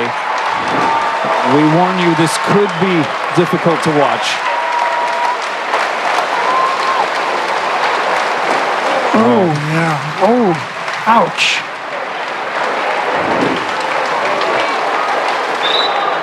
And Spyros Chakas, who has helped to raise the level of this program in his time here, at any given moment has been consistently the best player on the floor, and concerned now for his health as he is going to be looked at, and that is going to be a major storyline following this match. But Hawaii is still trying to accomplish the objective here in this match. It is still Aloha ball. Watch for the serve, probably go to his substitute. And it's an ace by Heno. Louis Sakanoko in there in place of Chakas. And he couldn't handle his fellow countryman's delivery that time. Timeout is taken. And we're going to keep things here. Oh, the air has been sucked out of this building. Even with Hawaii on the precipice of a win tonight, even with Hawaii possibly on the verge of claiming an Outrigger Invitational Championship, that scene that saw Spyros Chakas writhing in pain after falling down awkwardly on that left knee, that's going to stick with people here tonight. Oh, for sure. And how about the emotional leadership from Spyros? He wanted to win this tournament badly. You saw how he played the first two nights, almost flawless volleyball. And he wanted to win this one tonight.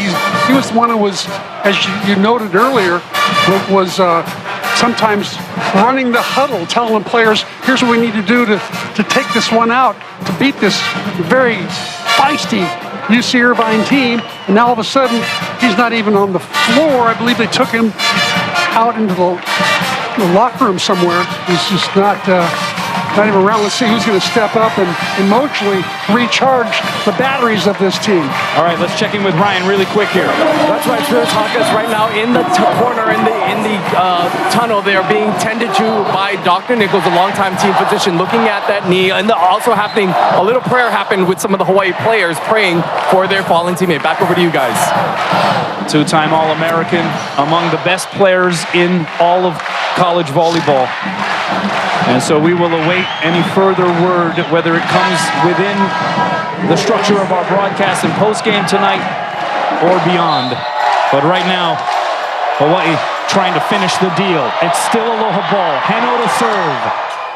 Pass by Thim. Rosenthal to Voss. The set was low. Pinballed around. Tongator's going to get a swing out of it. Off the high hand, saved by Thim. Advantage Hawaii. Voss gets it down, and Hawaii wins.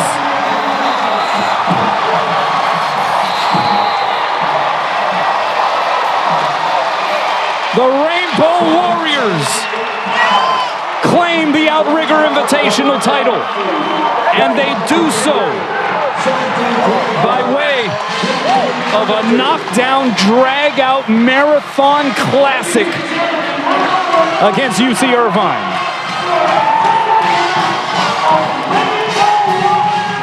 One of the better matches we'll probably see all year for its uniqueness, Kanoa. Uniqueness in the lineups and uniqueness in the battles, the backstories, the injuries, the incredible performance by Hano. Go on and on. Amazing night. Immediately after that last point, after that kill went down by Voss, Tread Rosenthal went sprinting into the tunnel, and he wanted to check on his fallen teammate, Spyros Chakas. And again, we will await any further word on his condition. It may not come for a few days. Hawaii has a couple of big matches coming up this week against Long Beach State. And the larger picture here this season could most certainly be impacted by what we saw with regard to Spyros Chakas towards the end of that match tonight. But the victory remains. Hawaii has now won 16 straight, and they take the 28th Outrigger Invitational title, C-Mac. What a night. What a night. Kurt Nurster having an amazing night, especially at the net blocking. He also was a great serving night as well. Charlie Wade, you should have seen him celebrate after it was all over. He was celebrating as if he just won the national championship. It was that big. It meant that much, I think, to both coaches and both teams. So we're being informed that Spyros Chakas was being led out of the arena in a wheelchair. And so that is the only update that we can give you. Most certainly he is going to be taken to be monitored and looked at more closely and diagnosed. And I think David Niffen knows what so many of us are thinking, that, hey, look, great match. Prayers to Spyros Chakas. Yeah, absolutely. Bank of Hawaii presents the players of the match. Let's take a look here. Elir Heno. Yeah, I'd say that he was deserving of this nod. Career high 36 kills, hit 412, 2 blocks, 6 digs, 3 aces. One of the most incredible individual performances we will ever see in this building. And how about Keone Thim? What a spark he was off the bench tonight. 5 kills, 5 assists, 2 blocks, 12 digs, and a handful of service aces, and really was able to change the vibe at different times here in the match. Scott Robbs is with Charlie Wade. Coach, congratulations, though I think the celebration kind of tempered a bit by what we saw with Spyros. Yeah, I didn't really see it. We'll see. We'll obviously take a look at it, and hopefully he's okay. Talk about this match, though. It was a typical Big West match. It didn't count in the standings, but both teams acted like it did. Well, they all count. It's not like it was an exhibition. Well, I'm talking about conference standing. Yeah, you're playing for a tournament championship, and it was 2 really good teams going at it. And, I've never seen one guy just take over like that. That was impressive. And even there in the 4th set from the service line, there was no doubt he was good early and often. How much did their 6-2 kind of throw you for a loop? It was just the timing of it, right? And it was a little, they really were forced in the middle early and to some success. Then in the middle there, we kind of got the timing down a little bit. But Heno, we never really stopped him. He was really good. He was predictable as it was. Thrilled to get the win, and it was a lot of fun. Thanks, Coach. Thank you, guys. Hello. Thanks a lot, Scott. And so Charlie Wade reserving any kind of specific comment on Spyros Chakas. Obviously, a lot of information remains to be gathered here. And so we will most certainly, hey, look, we do these broadcasts on behalf of Spectrum Sports and certainly with regard to University of Hawaii sports as a whole. And so we have no shame in terms of expressing our desire to see Spyros Chakas be okay. And I think I'm speaking for our entire crew when we say we are most certainly sending the positive vibes and prayers his way. He is such an incredible player and such a good dude that I think I'm speaking for everybody when we say that we hope it is not too serious.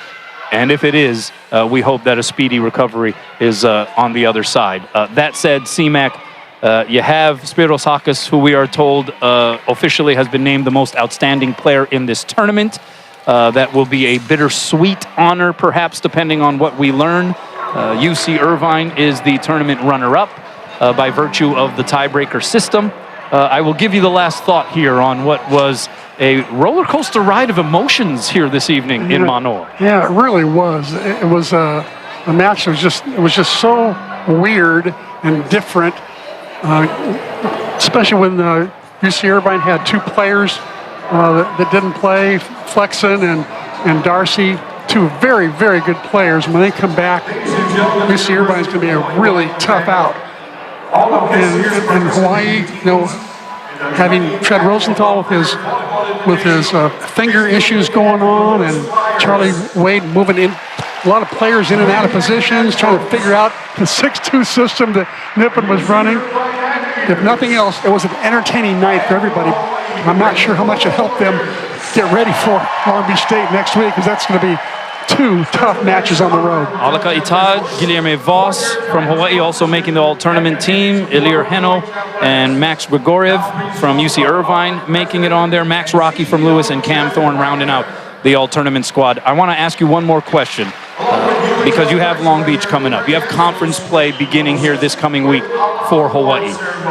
If, Lord forbid, Spyros Chakas is unavailable for a lengthy stretch of time, who is Charlie Wade going to be relying on to try to fill that incredible void? Oh, man.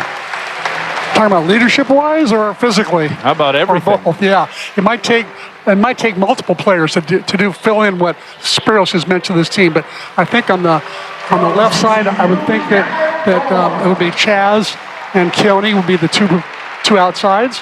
But I wouldn't put it past Charlie Wade to just put Sakanoko in there as well. Could be by committee, in other words. Exactly.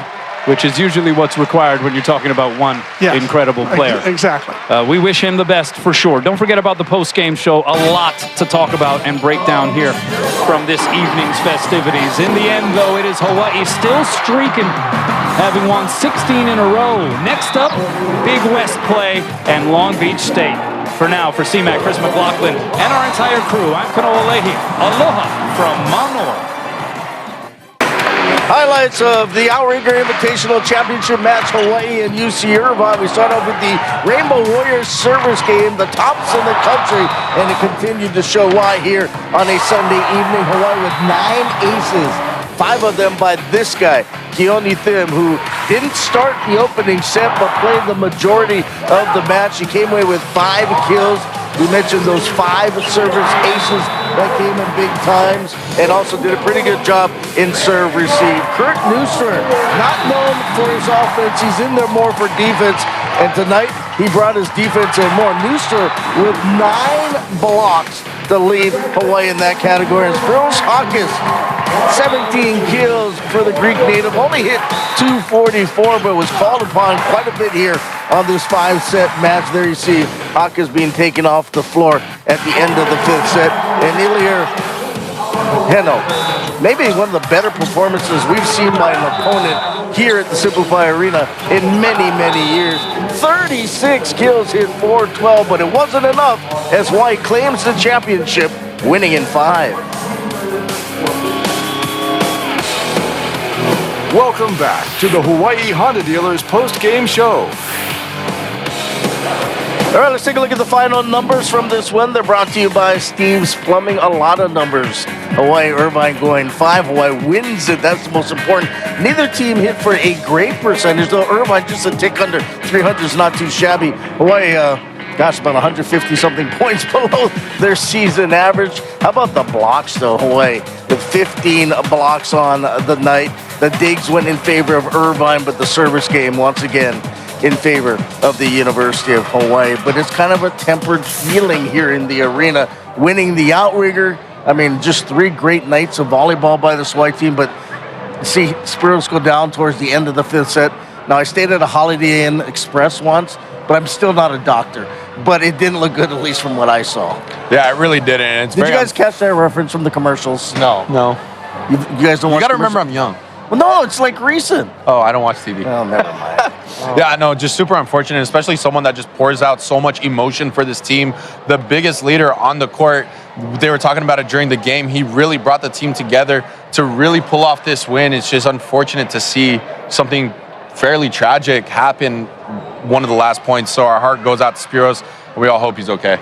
You know, and it was just a very defining moment, I think, for this team because you could see the look on everyone's faces. I think we all knew just how important he is as a player, what he contributes. You look at the stat sheet, and it's pretty obvious how important he is. But when you saw just the players' reaction after, you also got a sense to better understand of just what he means to the team as a whole. Not necessarily for the numbers he puts up for the team, but the leader that he is.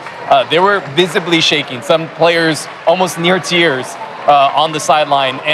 But credit Hawaii. They got it together. UCI's best server back there, Heno, and they were able to side out and win the match because, a lot of teams could have folded when your leader goes down like that. Yeah, especially that late in the fifth set. One good thing for Hawaii, though, is that throughout the season, Charlie has used his bench quite a bit, so a lot of guys have had a lot of experience. But I guess the question is, you don't replace the Spyros if he's unavailable, but who takes his spot?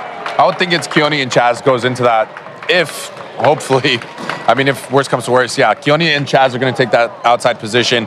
Keone's really proven to steady out his passing a little bit more than Luis Sakanoko. And again, just the offensiveness that he brings from the service line. If you can have that person in there at least 3 rotations every single match, he's going to put a lot of teams out of system and make them struggle to side out a lot. And I think it's just going to have to require just more an evolution of the Hawaii offense, not so much focused on just one player, but really Hawaii's going to have to get more production and really spread things around in order to be able to combat some of these other teams. Let's talk about this match, though. It went 5, and UC Irvine almost won it with one guy. Heno single-handed 36 kills, hit over 400. I've watched a lot of volleyball, as you both have, in this arena. I can't remember the last opponent that was able to do something like that. It was really incredible just to watch and just to see how dynamic of a player he is, how much shots he has, because he found kills in so many ways. How many times did he get kills with just 2 hands, setting the ball over and tipping it? He really is a all-around player, and the even scarier thing is, this Irvine team is down 2 of their best players that are not playing right now because of injury. And so they have 2 big guns that are coming back. This is a very good Irvine team. They really are. And the big thing that I loved watching this Irvine team was the scrappiness. It was really cool to just kind of see if Brett Short was taking the ball in the back row, Joe was easily stepping in, setting the ball, and vice versa. They played super dynamic, and they played incredibly smart. I think Hawaii was very caught off guard, and it took them a minute to adjust. But this Irvine team, like you said, is incredibly well. They train pretty well. They're pretty incredible. Let's talk about Trent Rosenthal, because he had one of his poor performances, I think, of his young career here tonight. And I'm sure the broken finger has affected him quite a bit. Yet Hawaii was able to find a way to win, and he just gutted things out, particularly in that last set. Well, you're going to expect this, and I think sometimes we forget that he's 17 years old and that we expect a lot out of him. And so one of the other things is just the mental toughness. As a setter, sometimes it does get frustrating on your own right. When your sets aren't going where they normally are and your connections are good, you tend to overthink things. Things have to be a little more complicated. And so I think it was a good move by Charlie to pull him out, to give him time to just sort of relax and come back in that 5th set. Another move I thought that paid dividends for Hawaii was in that 3rd set, kind of the do-or-die set, right? Tied at a set apiece, and then they brought in Luis Sakanoko, and that seemed to re-energize the Hawaii team. That was a pivotal set to win. It really was, and Luis just has this energy and aura about himself that he does not only spark the team, but he sparks the crowd. We saw the crowd get really loud after it. He knows Hilir very well. They've played together for 10 plus years, and I think he helped with a little bit of the scouting while he was in the game, and he was just kind of that spark that Hawaii needed, brought the energy, some big swings, which they were struggling a couple times, but he just played lights out, especially that swing to end that 1 set. Yeah, and again, Hawaii's middles had a fantastic night. They relied a lot on Jeremy Voss as well as Kurt Nusser, who really helped to lead the defense on the Hawaii block. And credit to, Jeremy for being up and active and being available in transition, getting that game-winning point. You mentioned blocks. Hawaii had 17 blocks. As we take a look at G. Voss, How many of those blocks would you say are the result of the serve first? A lot of it was, but I think what was really good for Hawaii tonight, and they knew they had to do, was be very structured up there on the net and press.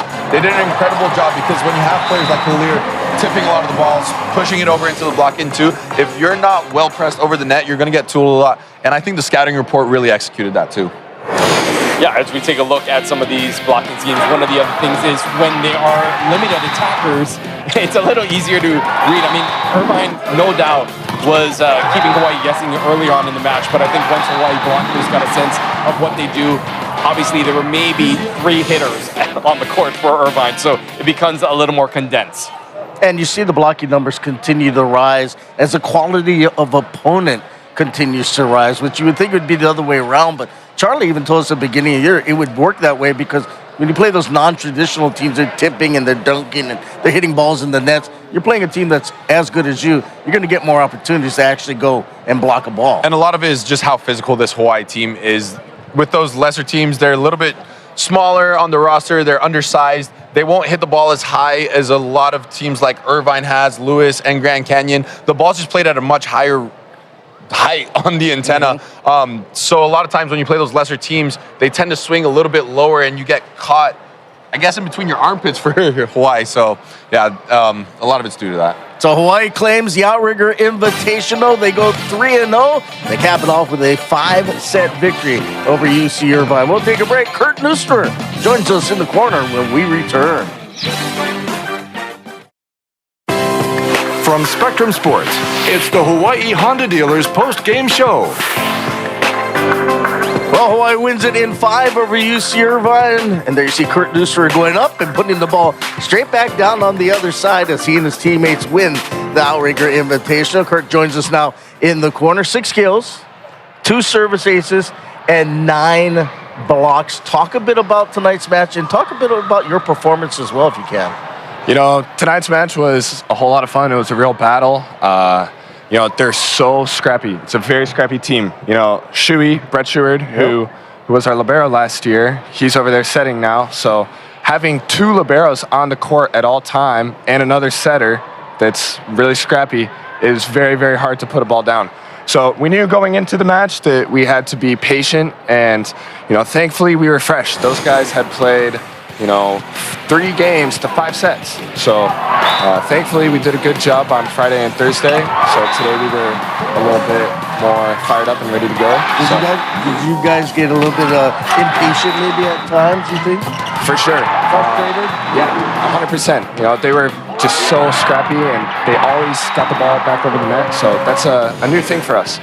Talk about your service game. I mean, because I feel like, you know, that has been a skill that you have really perfected, and it seems to be getting stronger and stronger each match. How have you developed that skill over time? That's all Milan Sarkovic. You know, he's the master for helping me do that. I think last year, part of the reason I modulated so much last year is because I served in front of Jakob. And, you know, he's the best server in the country, one of the best in the world. I wanted to give him full authority to greenlight it. You know, this year, I've got a little bit more flexibility. And, you know, I'm just trying to give my boys a chance to score. They do all the hard work. They play defense. They block. I just put the ball in play. I don't know. We saw you with that like gnarly save, that one-handed dive. You're playing some defense too. Super athletic. So speaking of your service, we interviewed Charlie about 4 weeks ago. He said your serving was definitely the highlight of your game. Yeah. But the biggest thing that stood out to me this weekend was your block, especially against 2 top 5 ranked opponents. Is that something you've just really been working on? Was it the scouting report? Talk to us a little bit about the blocking mentality you had this weekend, because we saw a little bit more of a spark of you on the net, I feel like. Yeah, I think a lot of it is, you know, that's one of my strengths. You know, we've got such talented pin hitters this year. Spyros, Chaz, and Alakai, they're all, you know, Alice is one of the best in the country in hitting percentage. Spyros is one of the best in the country in hitting percentage. You know, my job to contribute is to touch every ball in the block, you know. I don't need to get set. There's way better hitters out there than me. I'm just trying to do my best to slow down the other guys. Well, you're jumping all around, as you always. It looked like at one point that you dove, you hurt your hip. We're going to take a look at the play again, not to make you relive it or anything, but did you come up a little gimpy after this play right here? I was just concerned about where the ball was going. You know, I saw Keone on the ground, jumped over him. That was fun. I wish we got that point though. Did you get a bruise or a burn or anything? Yeah, so a couple days ago, Saturday, I chased down the ball, or Friday, I chased down the ball and just landed right on the same spot. But it's all good. It's part of the fun, part of the memories. Yeah, core point is fun. Obviously, just towards the ending of that, your thoughts about Spyros and where he's at, and just what he means to this team overall. Of course, we know what he provides statistically, but talk about his role and just that moment. He's so comfortable in high-pressure situations. He's played for the Greek national team in the European Championships. He's played in 2 national championship games. He's been a part of the team during one of them. He's so, calm, cool, and collected for the most part. And, he's also statistically one of the best contributors to our team. So when you combine someone who's got so much confidence on the court and a statistical contributor and someone who's been here for 4 years, it's the perfect storm, and it created a really strong, great leader that, a lot of us have to look up to. What's your degree in? I'm finance. Oh, because I say you could have a background in communications. You are very impressive. Thank you. Appreciate it. James, what do you think about that? Oh, I definitely think he has a big future with communication. Talks a little, almost like me. Talks a lot. If you guys need any interns, hit me up on LinkedIn. All right, before we cut you loose, I'm sure family stayed up late. I know the clock's changed this morning. So it's a 5-hour difference to Indiana now? My family's here. Okay, well then we don't have to say hello to They're them. here. Mom, Dad, thanks so much for coming out. I love you guys so much, and safe travels home. Hey, keep up the great work. Conference next week, Long Beach State. Good luck. Thanks, fellas. Thanks so much for having me. Kurt Nisserer, our guest here in the corner. He and the rest of the Rainbow Warriors win the Outrigger Invitational in 5.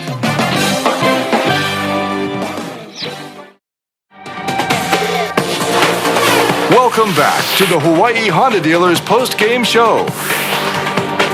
Well, Hawaii knocks off UC Irvine, so Hawaii finishes unblemished, the only unbeaten team in this year's Outrigger Invitational, going 3-0. There you see Irvine and Grand Canyon checking at 1-2 along with Lewis. So everybody that came to Hawaii at least got a win.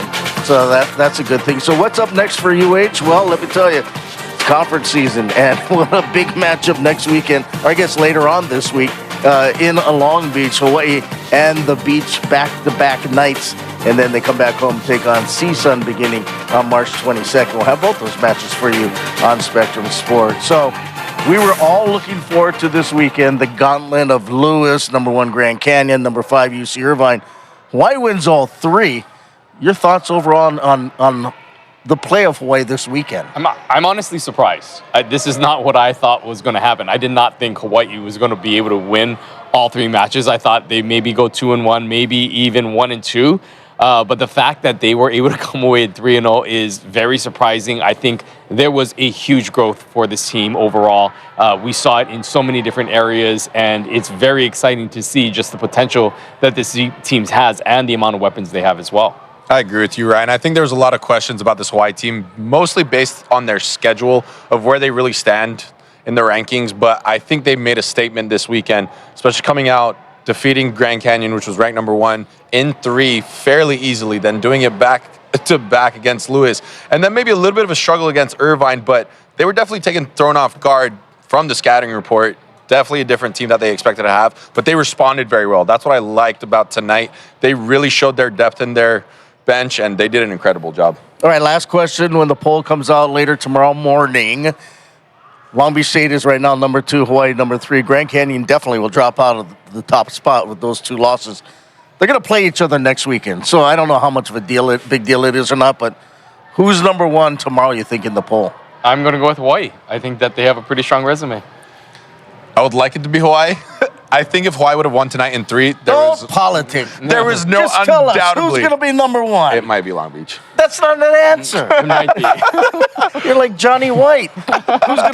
Who's gonna be number 1 tomorrow? Because I think it's Long Beach State. Who do you think it is? Long Beach. See, we finally got an answer. Unfortunately. It doesn't matter. They play each other next weekend. So, to me, it doesn't matter. Anyway, it was fun. This was a lot of fun, and now the real fun begins with conference play. But tonight it was all Hawaii's. They win in 5 to claim the Outrigger Invitational Championship, and they'll wrap things up for us here on this Sunday evening. Special thanks as always to our terrific, hardworking, outstanding Spectrum Sports Group and my broadcast partners, Ryan and James. I'm Scott. Until next time, we bid you aloha and a good evening from Simplify Arena at Stan Sheriff Center in Mānoa.